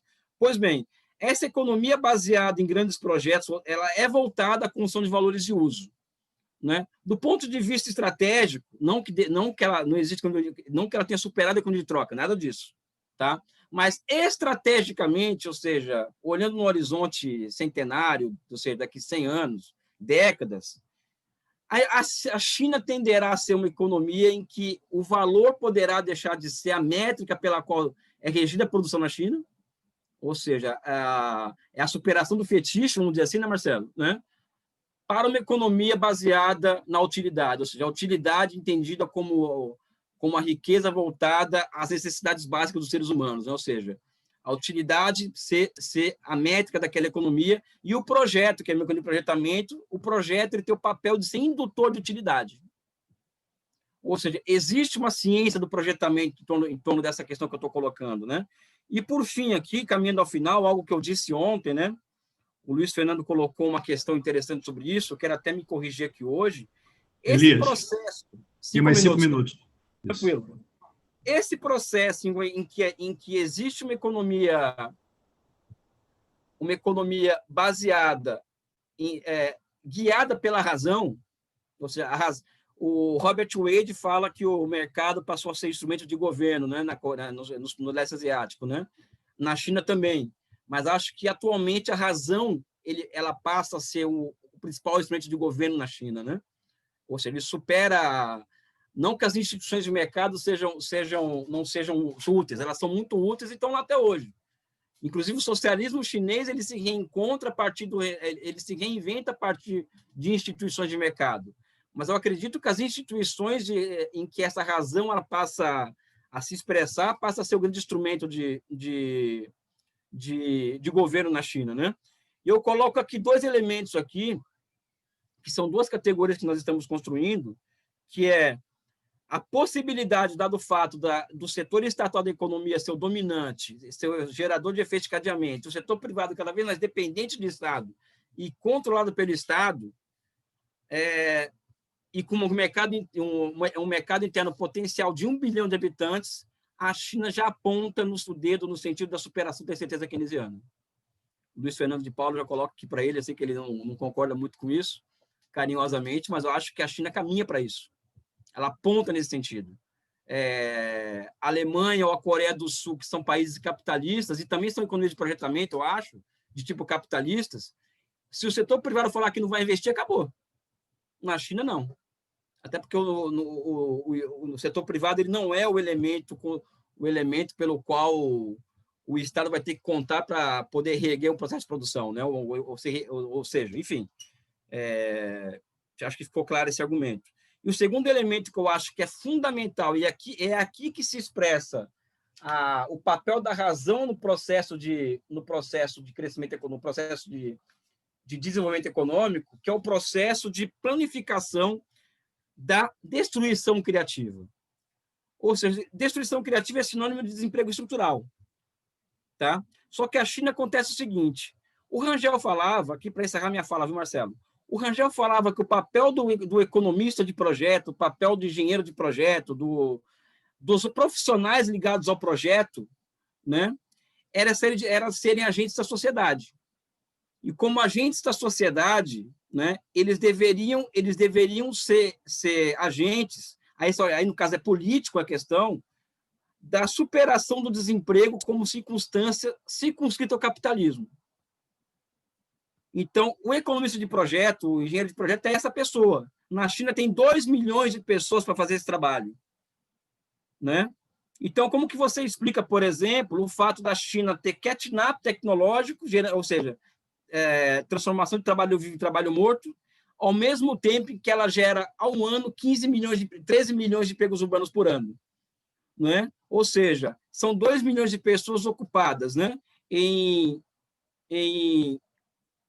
cumprir as tarefas de catch-up, que, aliás, o governo chinês está pegando no pé desses caras por conta de alcançar os americanos, essa questão do 5G, dos semicondutores, ou seja, cumprir essas tarefas, mas, ao mesmo tempo, abrir campos de acumulação ou perceber pontos futuros de desenvolvimento da economia e já darem a solução, capazes de ir gerando empregos, vamos dizer assim, para 13 milhões de pessoas ao ano que saem do campo para a cidade. Ou seja, a China conseguiu gerar emprego para 150 milhões de camponeses nos últimos 10 anos que se moveram para as cidades. Eu acho que isso é o que eu chamo de planificação da destruição criativa. Não é? Eu acho que esse é um elemento fundamental de uma economia de projetamento. E aqui eu vou dar o exemplo que eu dei ontem, para terminar, que essa questão das empresas... Tem mais um minuto? Tá, 1 minuto, então eu termino. 2, o setor ferroviário da economia chinesa, ele é um setor estatal, e o Dick Lo usa como exemplo de um setor em que se alcançou a fronteira da tecnologia, né? Então, em 2004, na China, quando eu fui lá a primeira vez, não tinha trem de alta velocidade, e em 2011 a China já tinha alcançado autossuficiência tecnológica nesse setor, né? Ou seja, a China ela abriu ciclos curtos de substituição de importação nesse setor, e a partir aí, em 2011 ela já tinha não somente autonomia, quanto em 2015 ela já tinha 3 vezes mais trens de alta velocidade dentro da China do que no resto do mundo. Ou seja, olha uma economia voltada à construção de grandes bens públicos, valores de uso. Eu estive numa fábrica em Xangai em 2009, não lembro se foi de celulares ou de laptops, e que um trabalhador dessa fábrica, que é uma cidade da conurbação urbana de Xangai, demorava 2 horas de casa ao trabalho. Isso em 2009. Em 2018, quando eu voltei lá, esse tempo de ida e vinda, de ir para o trabalho, passou a ser de 7 minutos. Eu acho que esse é um exemplo suficiente para demonstrar para onde que nós temos que olhar quando nós falamos de futuro, né, pessoal? Tá? Eu quero agradecer aqui o espaço concedido por essa associação, quero deixar um beijo no coração de todos vocês e vamos ao debate, né? Obrigado.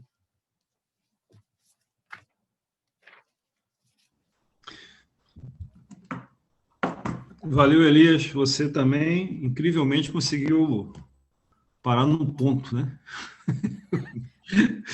Eu não Aprendeu sou com os baiano, baianos, né? De ser pontual. Eu sou leninista. Pô, exatamente. Muito bem lembrado. Bom, excelente. Aqui em nome do Conselho, né? Posso falar pela KB também. Muito nos honrou essas primeiras intervenções de vocês, tá? Bom, a ideia agora é que a gente abrir para as perguntas, né? Eu estou sugerindo 3 perguntas e uma vai ser minha. Então, eu vou abrir para 2 perguntas e a terceira vai ser minha, né? Quem é que se habilita? Elisângela? Ok. Alguém?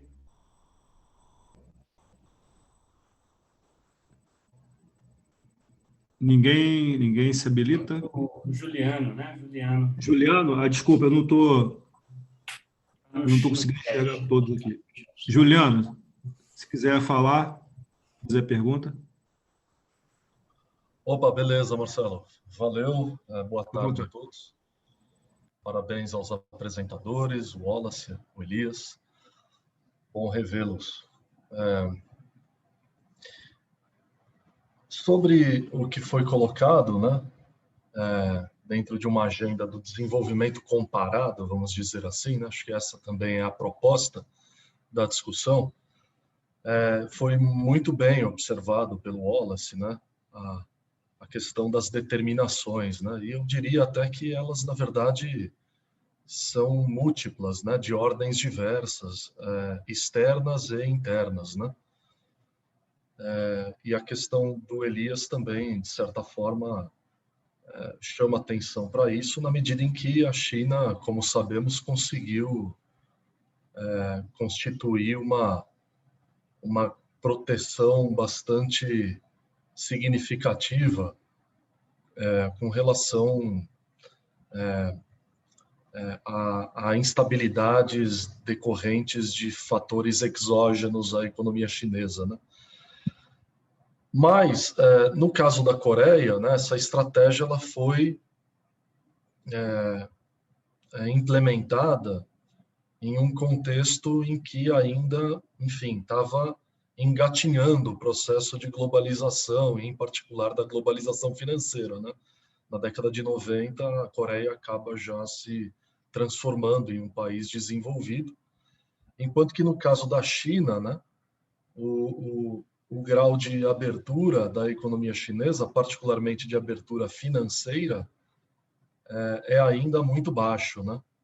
E isso se contrapõe muito ao que se coloca no Brasil, né? Onde cada vez mais a gente vai avançando para o terceiro nível de liberalização financeira, né? De conversibilidade interna da moeda. Então, à luz disso, eu queria perguntar o seguinte para o Wallace, né? Como replicar a estratégia coreana a partir de 2020, né? Considerando as especificidades históricas do contexto no qual a estratégia foi implementada, no caso da Coreia, e para o Elias, como replicar em países como o Brasil a estratégia chinesa de desenvolvimento. Obrigado. Obrigado, Juliano. Alguém mais gostaria de fazer uma pergunta? Eu, Marcelo. Luiz Fernando, isso aí. Grande Luiz, pode fazer. Beleza. Apareceu aí, Luiz? Apareceu. Margarida apareceu. Estava dormindo, Luiz? Antes de mais nada, gostaria de agradecer, né, a apresentação do Wallace e do Elias. Eu vou fazer uma pergunta para o Wallace e vou fazer uma provocação para o Elias, porque senão fica parecendo que eu combinei com ele, né? Então, o seguinte, Wallace, eu queria ouvir de você duas coisas. Primeiro, se você acha que essa chave do Estado desenvolvimentista ela é uma boa chave para entender, né, se na sua análise o Estado desenvolvimentista, né, em certo sentido liberiano, é um elemento central dentro da estratégia de desenvolvimento coreano, ou você tem alguma leitura diferente disso? E a segunda coisa que eu gostaria, se possível, aí você fique livre para especular, como é que se compararia, assim, na sua percepção, eu sei que essa não é a sua especialidade, compararia o catching up coreano, né, que foi o catching up mais impressionante do século XX, com o catching up chinês, né? Quais são as semelhanças e diferenças que você vê, né? O Elias, a minha provocação, o Elias tem grande concordância com várias coisas que ele falou, não vou falar das concordâncias. É mais uma questão, uma provocação, que é o seguinte: da maneira como você fala, né, da nova economia do projetamento, da questão do valor de uso, das formas superiores de intervenção do Estado, né, a impressão que dá é que estamos caminhando para uma sociedade perfeita. A China é uma sociedade perfeita, que está caminhando para uma sociedade perfeita. Né? Existe uma sociedade perfeita? Né? Gostaria de fazer essa provocação para você. Depois vou contar uma história de quando o Luiz me chamava para conversar na sala da pós, né? Que eu ficava com medo, né, cara? É a mesma coisa agora. O tá Luiz bom. me chamava... Eu não sei exatamente qual é essa história, só espero que não me comprometa, mas tudo bem. Não, Não, beleza. Deixa eu fazer também um comentário também para os dois, muito rápido, aí vocês podem responder. Né? Vou tentar fazer um para o Wallace e um para o Elias. Né? Eu queria também tentar fazer algum tipo de provocação, mas agora não me vem nada da cabeça, exatamente. Eu diria o seguinte, bom, Wallace, achei aqui bastante coincidência, né?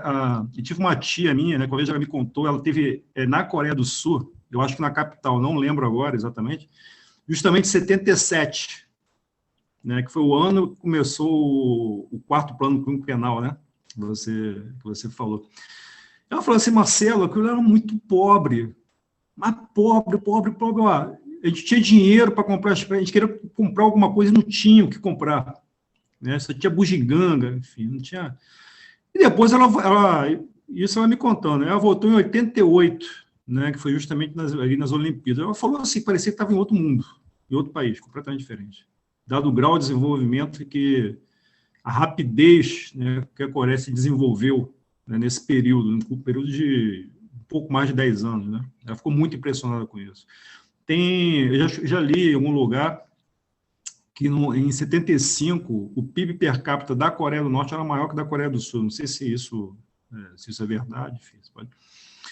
Mas foi meio que eu queria fazer uma pergunta mais, enfim, eu não sei se você conhece isso bem, mas você pode dar sua opinião à vontade, mais assim, de geopolítica, né? Há uma relação muito difícil, né, dos Estados Unidos com a China, que vem, enfim, desde bom tempo, né? Isso se acirrou no governo Obama e agora, mais do que nunca, no governo Trump, né? E a Coreia, ela tem estacionada lá uma quantidade enorme de tropas, né, dos Estados Unidos, né? O Trump, no início do governo dele, tinha cismado que ele queria acabar com aquilo, que ia voltar com as tropas, mas foi, digamos, convencido, né, a manter as tropas americanas na Coreia do Sul. Então, aí uma questão geopolítica assim, importante, né, que eu queria saber assim, como se dá a relação do governo da Coreia do Sul, do Estado coreano melhor, né, com o Estado chinês. Né? Estou falando isso porque nesse momento agora na semana passada, se não me engano, houve o maior acordo comercial, né, do mundo, né, em que foi liderado pela China e a Coreia do Sul ela está presente, né, nesse acordo. Né? Como é que dá essa relação entre Estados, né, dada, né, digamos, a agressividade dos Estados Unidos em relação à China?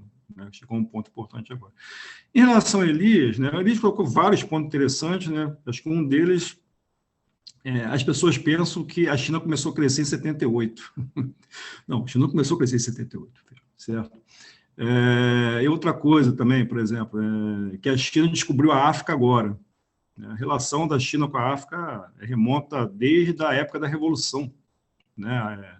A China construiu, né, uma ferrovia gigantesca entre a Tanzânia, esqueci o nome do outro país agora, ali, depois você me lembra, gigantesca, né?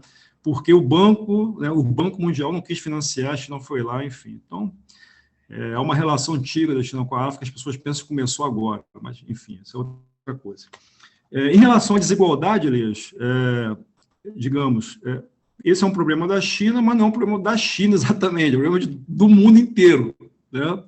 O Piketty lançou um livro agora recentemente, onde ele mostra com dados ad nauseam, né, como que a desigualdade de renda, né, e de riqueza vem aumentando substancialmente desde os anos 80, isso no mundo inteiro, isso não é o caso da China, exatamente. Mas a pergunta, Elis, agora, desculpa se eu me prolonguei um pouco, você falou da burguesia, né, da burguesia, bom, de fato, acho que existe uma burguesia chinesa, né, de fato, né, se criou e tal, mas a minha questão, assim, é uma questão mais política até, né,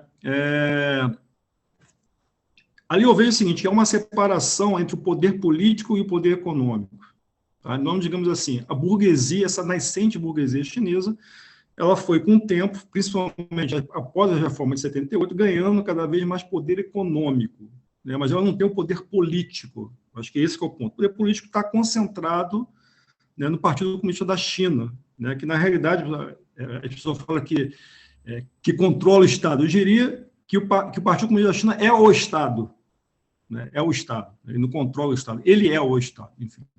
Então, como que fica, digamos, você tem uma burguesia que tem poder econômico e, evidentemente, que não está satisfeita em ter só o poder econômico, né? Me parece que o Xi Jinping, o atual presidente, ele tem, digamos, tem se preocupado mais com isso, né? Dado, por exemplo, há pouco tempo ele teve uma discussão pública, né, com o presidente da Alibaba, se eu não me engano, né? Então, como é que fica essa relação de poder político do Partido Comunista e poder econômico da burguesia, digamos, esse enfrentamento? E lembrando que o Estado chinês também tem um poder econômico, óbvio, né, como você citou aqui várias vezes. Obrigado.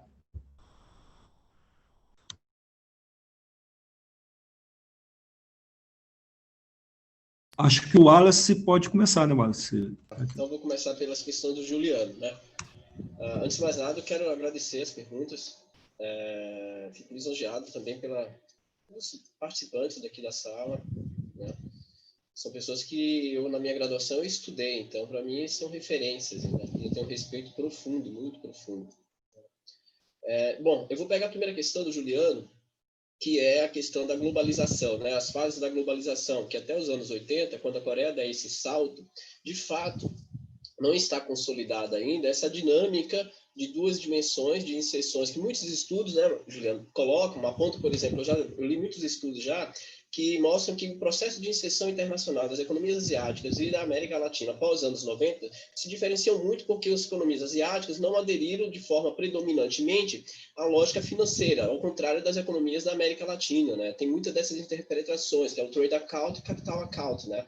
Então, olha, as economias asiáticas se inseriram, né, mas com a predominância da lógica produtiva. Tanto é que quando a gente pega a lógica de inserção de cadeias globais desses países, as economias asiáticas foram que as avançaram mais, e a Coreia é uma delas. Agora, essa questão da lógica da financiarização pegou pesado na Coreia do Sul, né, no início dos anos 90. Por quê? Em 1992, com o início do processo de democratização, né, o presidente que foi eleito, o Kim Il-sung, ele foi eleito com uma agenda de liberalização, de abertura, que levou a Coreia a um nível de fragilidade, de renúncia da sua trajetória de desenvolvimento, que quebra a Coreia em 1997. É isso, né, que quebra a Coreia. Por que eu estou fazendo questão de chamar a atenção para isso? Porque os estudos do Fundo Monetário Internacional, do Banco Mundial, tentaram atribuir a quebra da Coreia ao chamado moral hazard das grandes chaibos, dizendo, olha, o problema da Coreia são os grandes chaibos, né? Eles tentaram destruir os chaibos no início dos anos 90, obrigando a Coreia a um amplo processo de abertura para permitir a Coreia a entrada na OCDE. Por isso que quando eu vejo gente achando bonito o Brasil tentar entrar na OCDE, eu acho insano, porque a Coreia só trouxe problema, entendeu?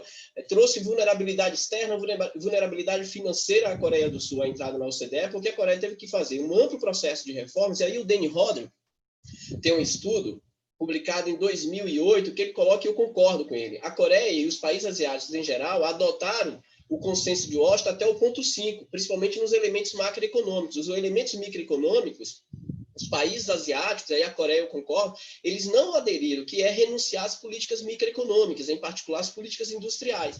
Mas, de toda forma, as políticas que foram implementadas para entrar na OCDE fragilizaram as estruturas macroeconômicas do país, né? Tanto é que tem a crise de 1997. O Ha Joon-chang tem um artigo muito bom, né, em que ele vai mostrar ponto por ponto por que as explicações liberais elas são equivocadas, né, para explicar a crise de 97 atribuindo, né, a uma gestão nebulosa das grandes chaibos de elevado nível de endividamento. E aí o Chang vai mostrar vários elementos, por exemplo, o nível de endividamento e de alavancamento das chaibos são os mesmos das empresas europeias e norte-americanas.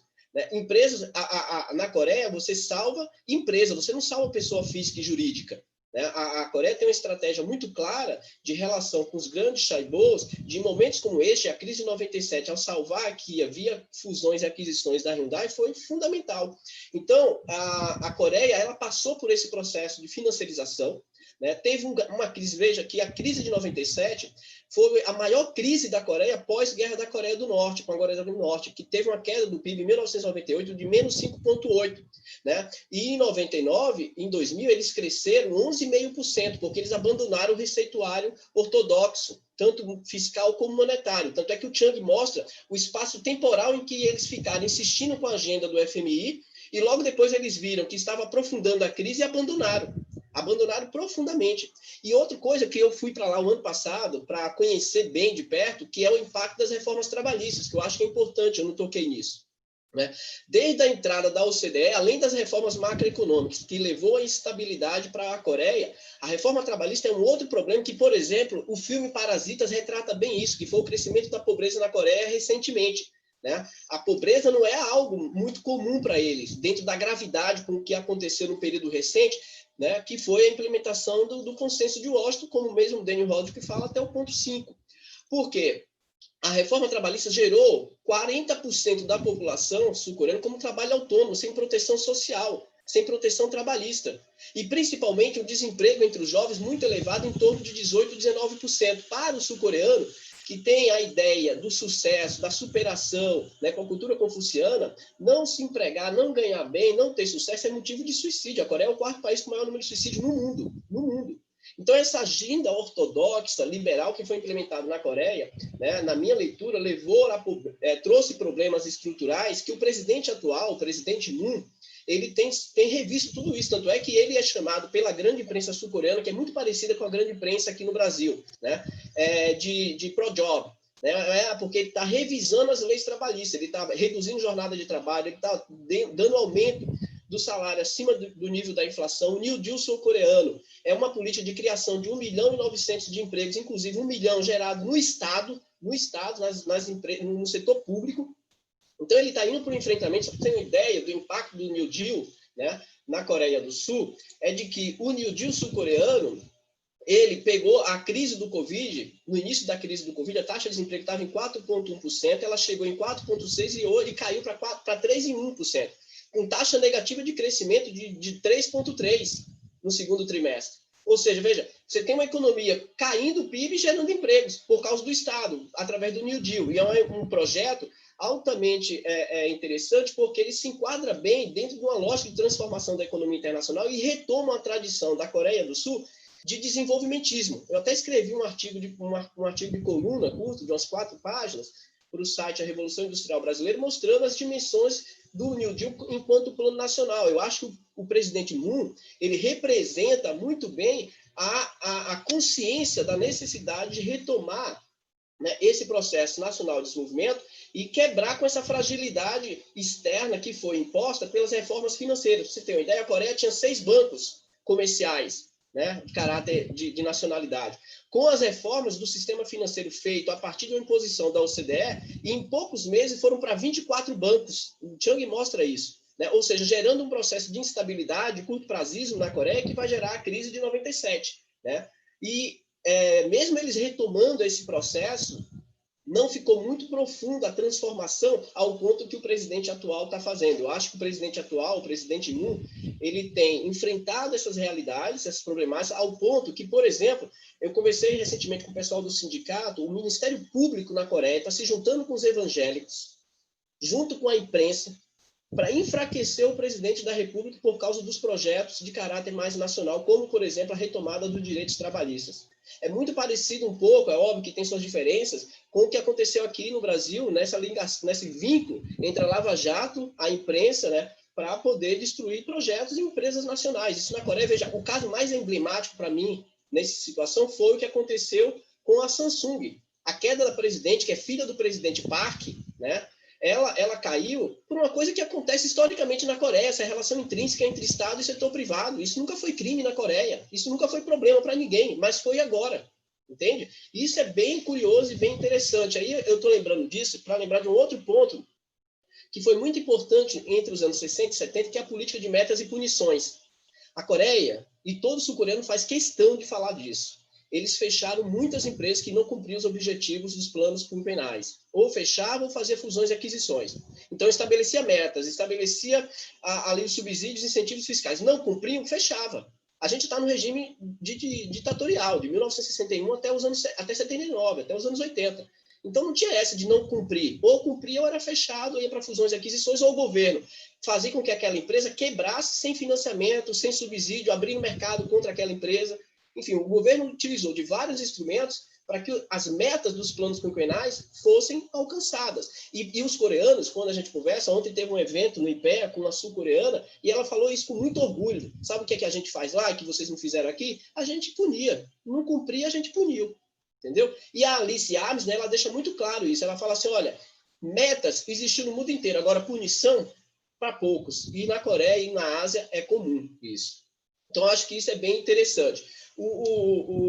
Em relação ao Luiz Fernando, né, sobre essa questão do papel do Estado, professor Luiz Fernando, o meu trabalho, a minha tese é justamente uma linha, né, de alternativa de interpretação. Eu chamo assim, tanto é que eu publiquei um artigo na Economia e Sociedade mostrando uma linha alternativa de interpretação sobre a trajetória de desenvolvimento da economia da Coreia, apresentando essas 4 dimensões. Por quê?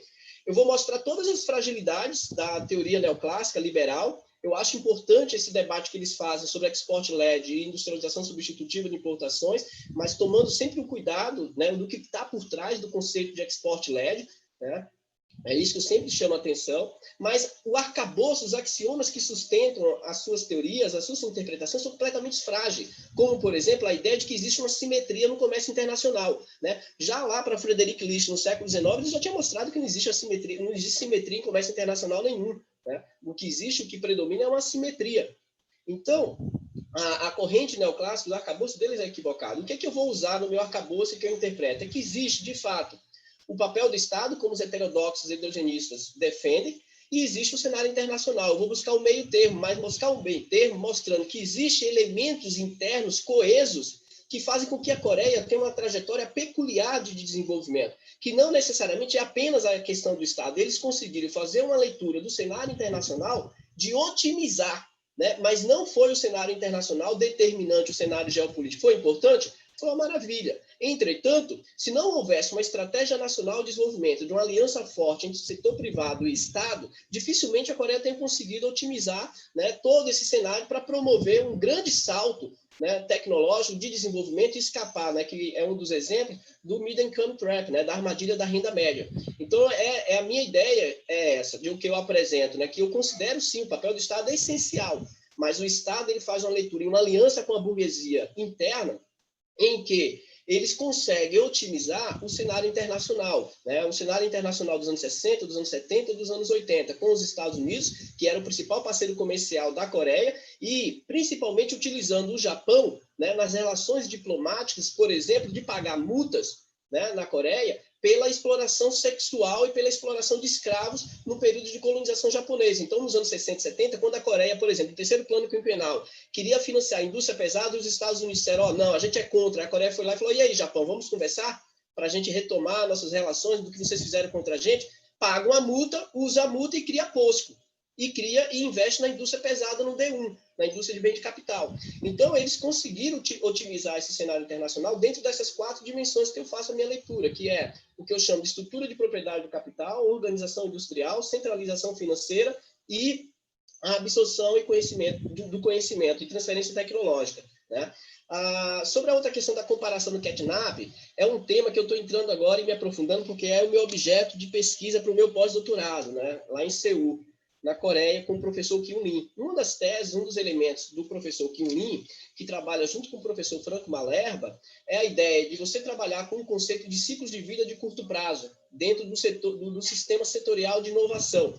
Ou seja, para esses autores, esses países, a Coreia, a China, conseguiram otimizar, como diz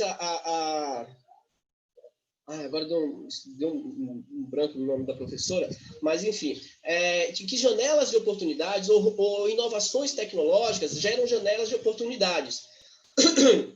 Né? A Carlota Pérez, pronto. A professora Carlota Pérez, ela usa muito, né, o conceito de janelas de oportunidade e o SWOT também, né, em que cada momento de transformação tecnológica existem janelas de oportunidade. E esses países, como a Coreia e a China, né, assim como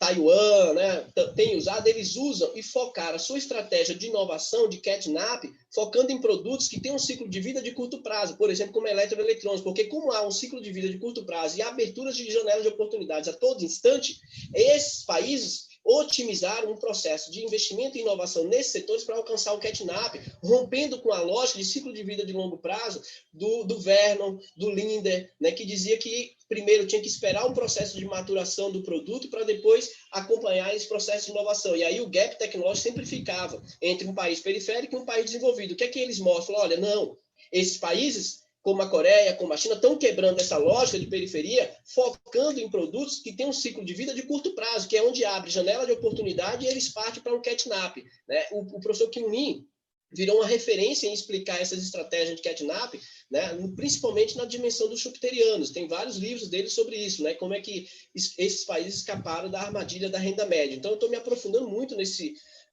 arcabouço teórico para entender como é que se construiu. E tem um elemento que ele faz que eu uso muito na minha tese, que é você ter, né, o Elias fala que na questão da característica da burguesia interna ou lá na China, como o Elias, né, tem o seu conceito construído. Mas você ter, e aí o Kim Lee mostra muito bem isso, e eu concordo com isso que eu discuto na minha tese, uma burguesia de caráter interna e nacional, dirigida pelo Estado até os anos 80 na Coreia, fez uma diferença brutal com a política de metas e punições, né? Então, você ter um Estado ali naquele momento com um cenário propício para metas e punições foi essencial para a Coreia do Sul, por exemplo, fazer com que as empresas alcançassem as metas estabelecidas pelo Estado para ultrapassar a armadilha. E, de fato, né, pegando aí os anos 80, Marcelo, já ligando com a sua questão, a início dos anos 80, a Coreia era muito pobre ainda. O Brasil estava bem à frente, por exemplo, da Coreia do Sul. É só pegar os indicadores e comparar. Só que aí eu sempre tenho um certo cuidado para dizer assim, porque os liberais vão dizer isso, vão pegar esse cenário até os anos 80, tá vendo que foi o quinto plano quinquenal e a abertura que promoveu o avanço da Coreia? Não. Ali foi construído historicamente, ninguém pulou e nem avançou com um passo de mágica. O quinto plano quinquenal foi um resultado da construção de um processo de desenvolvimento que começou em 62, né, com o presidente Park, que vai adotar os 5 planos quinquenais numa estratégia profunda de investimento elevado e transformação estrutural do país, como, por exemplo, a reforma agrária feita nos anos 60 foi essencial para a construção da burguesia interna, né? Porque toda a oligarquia agrária ligada a japonês foi expulsa da Coreia, ou foi expulsa ou foi presa, entendeu? O presidente Park não deixou essa classe média, essa oligarquia sobreviver e colocar em risco um projeto de caráter nacional. O presidente Park foi essencial nesse processo. E veja, aí muito se fala que ele promoveu uma repressão. É muito importante a gente diferenciar o que foi uma repressão política de uma repressão salarial. Na Coreia não houve repressão salarial, portanto, na Coreia não se gerou um processo de desigualdade social profundo, porque há uma política de elevação de salário, de condições de ganhos sociais por parte do presidente Park muito forte, tanto é que a filha dele ganha a eleição pelo saudosismo que o povo sul-coreano tinha da gestão do presidente Park, porque ele foi o responsável em colocar a Coreia do Sul em um novo patamar de desenvolvimento, né? Ele foi responsável pela construção da Coreia enquanto uma grande nação. E entrando nesse processo, nessa questão, Marcelo, geopolítica, eu estou acompanhando muito, muito. Por quê? O presidente Moon e a corte sul-coreana estão começando a punir todas as empresas japonesas, e a Mitsubishi é uma das principais delas, que exploraram os sul-coreanos, todas as empresas japonesas. E todas aquelas que estão se negando, eles estão tendo seus bens apreendidos e dinheiro também apreendido. Porque é uma questão de honra histórica. Se você visitar Seul e for ao Museu da Guerra da Coreia, cara, você não tem como sair de lá indignado com o que fizeram com eles, entendeu? É uma coisa extraordinária. O Museu da Guerra da Coreia, eu acho que foi um dos museus que eu mais fiquei assim, emocionado em conhecer, né? Além da sua magnitude e beleza e riqueza da história que tem ali naquele museu, você sai, tanto é que os sul-coreanos não gostam muito de ir lá, porque é muita dor para eles, é muito sofrimento visitar aquilo, né? Reviver aquilo. Então, hoje a corte sul-coreana está punindo todas as empresas japonesas. Eu estou entrando nisso para você ver, para contextualizar a ideia aqui, vou ser bem rápido, tá? Eles estão punindo. E o que é que o Japão fez? As empresas japonesas, veja, a relação comercial da Coreia com o Japão é só de 5% hoje, né? Já foi de 30%, de 20%, hoje é só de 5%, porque o principal parceiro comercial da Coreia hoje é a China, 25%, né? E os Estados Unidos em segundo por 10%. Aí eu vou entrar e explicar por que a China hoje é essencial para a Coreia e o presidente Moon não vai abdicar disso por causa dos Estados Unidos, porque o contexto é diferente, né? E veja, O Japão boicotou a Coreia nesses 5% que são essenciais para a indústria eletroeletrônica, são insumos essenciais para a Samsung, para a Sky Hynix, né, para a LG. E aí esse boicote é muito perigoso para a Coreia, por parte do Japão.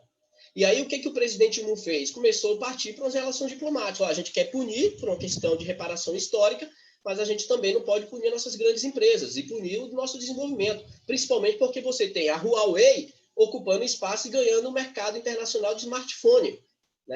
Foi a primeira vez no ano que a Huawei ultrapassou a Samsung como maior vendedora de smartphone no mundo. E interessante, que mostra o potencial de mercado interno da China. Só com base no mercado interno, a Huawei ultrapassou a Samsung, cara. É impressionante aquilo. E aí, o que o presidente Moon fez diante desses conflitos? Ele fez uma carta repudiando as sanções norte-americanas contra a China. Ele lançou uma carta, publicou uma carta repudiando, né, mostrando repúdio a sanções, dado que a China é um parceiro extremamente estratégico das empresas sul-coreanas. 25% das exportações e 23% das importações da Coreia hoje depende da China. 40% da demanda agregada hoje da China da Coreia são as exportações. O New Deal só não teve mais sucesso ainda porque está esperando a China alavancar. Tanto é que o terceiro trimestre da Coreia cresceu 1,7% por causa de um crescimento das exportações de 17%, 18%, com o setor de manufatura crescendo 9% por causa dessa dinamização. Então, veja, a formação da parceria econômica regional ampla é uma vitória da China em enfraquecer claramente os Estados Unidos. Porque eles sempre tentaram aproximar Japão e Coreia e não conseguiram. A China está conseguindo. A China está conseguindo, porque a China tem um mercado, o maior mercado interno do mundo, que tanto o Japão como a Coreia precisam. E, para finalizar a minha fala, 70% do comércio na Ásia é intra-regional, é feito entre eles. O que caracteriza a lógica de cadeias globais de valor, que é um processo mais intra-regional, regional, do que livre comércio no mundo, que as pessoas ficam aí acreditando nesse princípio de livre comércio, mas 70% do comércio na Europa é feito com os próprios europeus. E na Ásia, a mesma coisa. Então, essa parceria é uma vitória, na minha concepção, da China, em ter feito essa aproximação e construir um mercado profundo, grande e muito forte. Obrigado, Wallace. Eu passo a palavra imediatamente para o Elias. Valeu, Wallace. Muito obrigado. Elias, é só isso. Obrigado, Wallace, também. Eu aprendi muito com as suas respostas. Eu não vou ser tão longo quanto você, né? Você mais... são perguntas mais simples, vamos dizer assim, né? O Juliano pergunta essa questão de replicar para o Brasil, né? A grande questão é o plano brasileiro é econômico ou político, ou seja, o que vem primeiro, a política ou a economia? Acho que essa é uma pergunta fundamental para se fazer quando se pergunta se dá para replicar aquele modelo aqui ou não. Eu acredito que o nosso problema é político, Juliano, né? Então, no econômico, você junta aqui, quem está conosco aqui está o Fábio Freitas, Fábio Terra, Luiz Fernando de Paula, o Wallace, você, a Eliane de Araújo, a Elisângela. Você juntar esse pessoal e trancar 4 dias num lugar, vai sair um plano perfeito para tirar o Brasil do buraco. Acho que o problema não é por aí o problema, né? Vai sair um plano ali perfeito para nos tirar do buraco, todo mundo sabe como for o que fazer, o que precisa fazer, pode ter uma ou outra divergência entre heterodoxos, mas nada que não seja insuperável. O nosso problema é político, né? Então, o problema que nós temos que nos debruçar foi o problema que os chineses resolveram em 49. Né? Ou seja, em 49 eles fazem, em 21 fundam o Partido Comunista, em 49 ele chegou ao poder, e ao chegar ao poder eles conseguem ter autonomia suficiente para traçar suas estratégias fora de esquemas geopolíticos de terceiros países, né? Então, o desafio brasileiro não é econômico, eu acho. É evidente que você vai tomar o poder político, você vai ter que solucionar a questão econômica, né? Mas eu acho que para essa questão econômica tem muita gente capaz aí para poder construir isso daí. Agora, o grande não é político. Ou seja, como que a gente vai formar uma outra maioria política no Brasil, não é? Capaz de chegar ao governo e implementar uma política de caráter anti-neoliberal? Rapaz, esse é um desafio, sem sacanagem, eu acho que é 10 mil vezes mais difícil que o econômico, porque você tem hoje uma hegemonia das ideias neoliberais na economia, na sociedade. A sociedade ela rejeita a esquerda, a sociedade, em certa medida, ela rejeita o papel do Estado, Olha o que eu estou falando, o povão fala mal do Estado. Né? Nós perdemos a guerra, vamos dizer assim, o que o pessoal fala de narrativa, nós chamamos de luta ideológica. Né? Nós perdemos a luta ideológica, nós temos que assumir isso daí. Nós perdemos. Né? Então, acho que o nosso desafio hoje é como construir uma outra maioria política. Vai aparecer aquele que vai falar que é o Ciro Gomes, que é o Lula, que é não sei o quê, sabe? Eu acho que o desafio é esse, Juliano. Os chineses resolveram esse problema, e ao resolver esse problema, abriu condições para errar, para acertar, fazer de novo. Pega, por exemplo, o grande salto adiante, por exemplo, foi um erro muito ruim, vamos dizer assim, foi um erro que eles cometeram, depois da Revolução Cultural, outro erro, até encontrar um caminho em 78. Mas, para isso, eles tinham um poder constituído, eles tinham a máquina do Estado na mão deles e um exército do Partido Comunista, né? Ou seja, um exército particular. No Brasil, não. Nós temos um exército, por exemplo, que cá entre nós aqui, a gente vê general falando contra a política industrial no Brasil, sabe? Ou seja, o cara é contra a própria razão, o que faz dar razão à existência dele enquanto ser social, né? Então, ou seja, nosso problema é muito complicado. Eu acredito, acho que eu comentei com o Luiz Fernando de Paula numa mensagem de WhatsApp.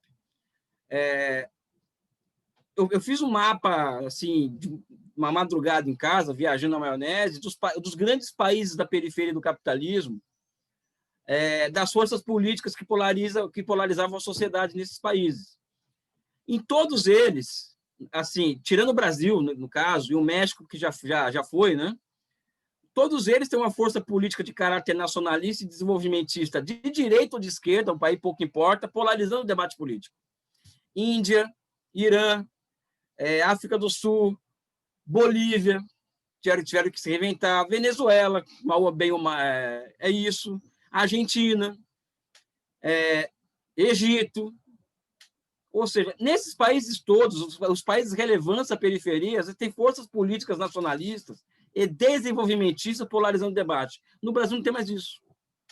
No Brasil, as forças políticas que têm bandeiras patrióticas, nacionalistas e desenvolvimentistas, elas estão tendo desempenhos cada vez menores nas eleições. Eu falo aqui de dois partidos em particular, o PCdoB e o PDT, que são as duas forças políticas que têm uma cara mais nacionalista e desenvolvimentista em comparação com as outras forças. Pega o desempenho desses partidos nas últimas eleições. Por quê? Porque existe o espírito do tempo no Brasil, em que essa questão econômica deixa na mão dos técnicos, né? E vamos cuidar da agenda de costumes, né? Ou seja, a direita e a esquerda discutem questões de costume, né? Vamos dizer assim. Então, acho que o nosso problema, o Brasil está passando, Juliano, por uma segunda onda forte de recolonização. A primeira foi com a década de 90, que foi com Collor e Fernando Henrique. Foi a primeira onda de recolonização do Brasil, tá? E é retomada após o golpe de 2016 com muita força o processo de 2013, né? O processo de recolonização. E como todo processo histórico, ele vai criando as suas formas históricas, né? E uma dessas formas históricas, no caso brasileiro, é o deslocamento do centro do debate da questão do papel do Estado da economia. Às vezes, o Fábio Terra faz uma coluna no Valor, na Folha, no Estadão, escrevendo sobre isso e tal, mas as nossas vozes, elas são muito... não chega, né? A grande mídia, por exemplo, veja bem, a grande mídia ela começou a dar voz aos desenvolvimentistas, aliás, a Armínio Fraga, Mônica De Bolle, que são meio que arrependidos, não sei o quê, no começo da pandemia, mas depois sumiram, né? Pode ver que no começo da pandemia todo mundo teve espaço na mídia. Assim, até muitos de nós aqui tivemos espaço na mídia para falar, na grande mídia, passou a pandemia, passou o começo, acabou. Foi só liberar a grana do Banco Central para os bancos que acabou o debate sobre os rumos da política econômica na grande mídia, por exemplo. Nas universidades nem se fala. Sabe? São nichos de heterodoxia, né? E cá entre nós, viu, vai haver uma crítica, né? Cada vez menor a diferença entre heterodoxia e ortodoxia, né? Ou seja, é cada vez mais dois ramos do conhecimento que discutem dados e como o método para analisar dados, né? É o que eu vejo muitas vezes. Você não tem mais no Brasil hoje uma heterodoxia nacionalista e desenvolvimentista. Não tem. Eu não vejo isso. Eu vejo, inclusive, muita gente que nasceu no Brasil, mas que escreve sobre o Brasil como se fossem americanos. É isso que eu vejo, por exemplo, na nossa heterodoxia. Nacionalismo e desenvolvimentismo, muito poucos assumem essas bandeiras, que são bandeiras ideológicas fundamentais para ter um projeto nacional e tal. Ou seja, acreditar que a indústria é superior à agricultura por conta dos efeitos multiplicadores de emprego, renda, é uma coisa.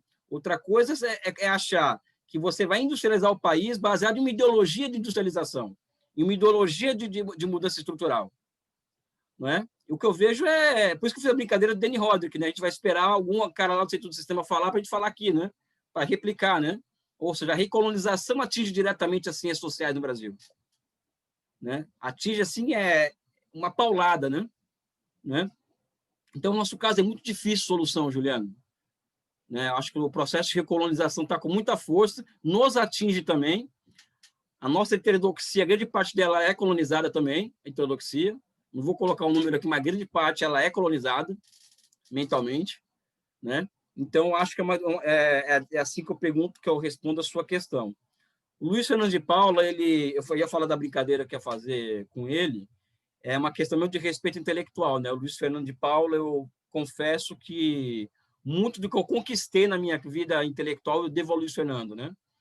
Então, eu faço essa homenagem a ele aqui, já fiz no passado, não acabei oficialmente, eu repito aqui hoje. E eu lembrei que quando ele era chefe da pós na UERJ, né? E quando ele me chamava para conversar, puta, eu ficava com medo que talvez viesse alguma bronca dele, alguma coisa assim. E o mesmo eu sinto quando eu falo, eu vou fazer uma questão para o Elias, né? Enfim, é uma questão de respeito intelectual mesmo, de carinho, que é o que eu falo isso. Luiz, acho que não existe sociedade perfeita, tá? Ou seja, a contradição é a regra, né? As pessoas acham que quando eu falo da China, eu não estou falando das contradições, é que as pessoas não percebem que a contradição já está intrínseca na minha análise. Né? Ou seja, a nova economia do projetamento ela é solução para contradições e ela também gera contradições. O que acontece na China em relação aos outros países, que eu acho que por isso que eu acho que a engenharia social mais avançada que tem no mundo hoje, e que é para lá que nós temos que olhar, é que eles têm uma massa de gente, um partido comunista, uma força política de vanguarda em todos os sentidos, que são capazes de observar, de enfrentar as contradições, solucionar as contradições, perceber qual vai ser o novo rol de contradições e propor soluções equis-ante às contradições. Acho que essa que é a diferença, acho que é aí que entra o papel do Keynes, o papel daquela burocracia que o Keynes falava, que o Fábio Terra chamou ontem a atenção, de uma burocracia que trabalha e que gira em torno da questão do pleno emprego, por exemplo. Não é? Eu acho que o que tem na China não é uma sociedade perfeita, muito pelo contrário. Eu não queria estar na pele do Xi Jinping hoje. Ou seja, uma desigualdade social terrível. 4 ou 5 grandes cidades chinesas hoje, nesse momento, estão fechadas. As indústrias tiveram que parar por conta da poluição. Não é? Ou seja, a China tem diferenças regionais de produtividade muito grandes que não são fáceis de resolver. E eles têm uma questão também agrária muito, muito terrível de se resolver. Eles precisam dar um jeito em 300 milhões de camponeses. Vai fazer o que com esses caras? Você vai destruir a pequena produção camponesa e olha que tem que ser destruído porque senão não alcança a soberania alimentar. Você precisa elevar a composição orgânica do capital na agricultura. Para isso, você vai ter que destruir a pequena produção. E você destruir a pequena produção significa desalojar 300 milhões de camponeses. E aí, vai fazer isso como? Ou seja, é contradição em cima de contradição. Ou seja, o que eu coloco é que eles conseguem, vamos dizer assim, dar conta das suas questões de forma muito melhor que qualquer corpo político dirigente no mundo hoje. Isso eu falo sem sem medo de errar. Até porque são comunistas. Aí eu faço a defesa da minha linhagem ideológica, né? Sabe? Aí eu acho que essa é uma diferença fundamental, né? Ou seja, o fato de eles serem um partido comunista é algo fundamental, e com aquela natureza é fundamental para enfrentar os problemas que eles têm que enfrentar. Eu costumo dizer que se não existisse o Partido Comunista da China no mundo, nós não estaríamos aqui hoje, nós aqui, discutindo desenvolvimento econômico, e a vida do Trump ou do Joe Biden seria muito mais tranquila se não existisse o Partido Comunista da China no mundo, né? Enfim, Marcelo, a questão da burguesia, cara, vamos te retirar as caricaturas, né? Tem poder político, que eu falo assim, ela influencia a superestrutura, tá? influencia porque não é um Estado autônomo, né? Eu estou dizendo que não é um Estado autônomo, ele sofre pressões, e essas pressões se refletem sobre políticas públicas, né, no país. Agora, o que acontece é que ela não é uma classe em si, né, para si, ela é uma classe em si. Ela é muito solta, ela não consegue se unir em torno dos seus interesses. Até porque o Partido Comunista o tempo inteiro está fazendo o jogo de, vamos dizer assim, Juliano, fala isso para o Xi Jinping, viu? Você está colocando aí. Convence o Xi Jinping disso. Não é a mim, não, tem que convencer ele, né? O que foi, Elias? Desculpa. É porque a minha internet travou na hora. Oi? O Juliano falou que a China não é comunista. Eu falei para ele convencer o. Foi só para te aquecer aí, foi só para te aquecer, Elias. E convenceu o Trump também, né? Cara, Juliano, mas eu prefiro isso que capitalismo de Estado, cara. Eu prefiro que você fale que a China não é comunista que chama aquilo de capitalismo de Estado, que aí é pior, cara. Mas, Marcelo, o que acontece é que o Xi Jinping ele observa uma parcela daquela burguesia chinesa e escolhe ela como alvo, uma parcela. Por que eu estou dizendo isso? A propriedade privada ela só tem que ser superada por uma outra forma de propriedade de nível superior quando ela começa a travar o processo de desenvolvimento. É aí que faz necessário o surgimento de novas formas de propriedade. A propriedade privada na China ela não é ela não atravanca o processo de desenvolvimento, ela não é um entrave. Tá? Então, não necessita de superação ainda, vai ter que ser superada por outras formas. Inclusive, a forma estatal de propriedade vai ter que ser superada por outras formas mais adiante. Né? Mesma coisa a burguesia, ela é uma classe historicamente condicionada. No caso da China, por exemplo, o que acontece? O Xi Jinping ele escolhe uma fração dessa burguesia que é favorável à abertura da conta de capitais abrupta, a favor de desregulamentação do capital financeiro, e ele mira nesse alvo, e esse alvo hoje estão fugindo da China. Ou estão nos Estados Unidos, estão indo para Hong Kong, estão indo para o Canadá, estão se juntando com o Steve Bannon, e agora o Alibaba, por exemplo, o Jack Ma se virou contra o vice-presidente da China, colocando que a China exerce contra os controles financeiros da China. A China é um país tão capitalista que o Jack Ma está na geladeira e ele só vai ser ouvido daqui 3 meses por um membro de 5º escalão do Partido Comunista para decidir o problema dele. Né? Ou seja, é o que vai acontecer com ele. Né? E é um cara bilionário, dono é uma empresa fundamental para o país e tal, não é qualquer empresa. Ou seja, para você ver a questão do poder. É basicamente isso, né? A questão é basicamente isso, Marcelo. Porque senão a gente vai ficar muito tempo aqui falando também. Não, sem dúvida. Você por mim está tranquilo. Assim, a gente já está. Você terminou? Fazer uma questão. Ah, tá. Acho que a gente tem tempo ainda. Não, 4 minutos. Agora não dá mais. A gente tem que encerrar às 4, então eu deixo minha questão para um outro momento, sem problema nenhum. Pô, você não quer fazer em 30 segundos, o Elias e o Wallace respondem em 1 minuto? Você faz igual a jornalista da Folha hoje, a Thaís Oyama, que fez uma pergunta de 40 segundos em 45 segundos para o Boulos responder em 3 segundos, entendeu? Muito bom. E aí, Fábio? Rapidamente. Que, a minha sensação, tanto nas falas quanto nas respostas, o Wallace e Elias passaram por isso, tá? Elias trouxe agora, inclusive, comentando o que eu vou falar, assim, o que eu iria comentar, dizendo que é um problema político, né? Eu queria trazer uma dimensão, que é uma dimensão cultural, assim, para a gente poder pensar o Brasil, tá? A partir do que é a formatação cultural, seja a coreana, seja a chinesa, tá? Porque acho que os modelos de desenvolvimento implantados nesses 2 países, eles dependem muito também do que é essa sociedade. Então, para a gente poder pensar o Brasil, a gente tem que pensar o que é a nossa sociedade também, mais do que política. Então, a minha questão era nesse sentido, tá? Mas não se preocupem em responder, a gente tem que ser estrito aqui no horário, porque daqui a pouco começa as próximas sessões. Mas tem 3 minutinhos, né? Tá, então, 30 segundos para cada um. E as considerações? Porque eu sempre comecei, então eu queria que o Elias começasse a responder. Elias.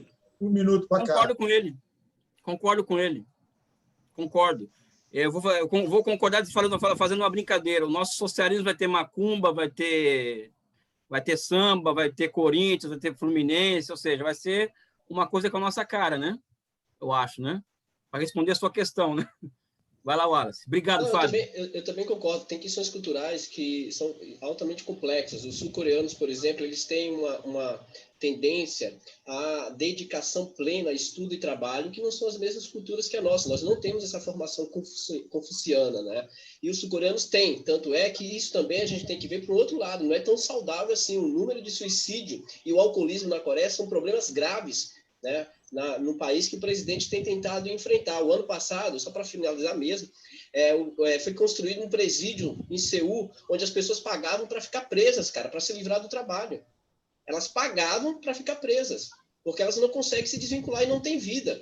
É algo surreal, entende? Então, tem questões, aspectos culturais que são intransponíveis, né?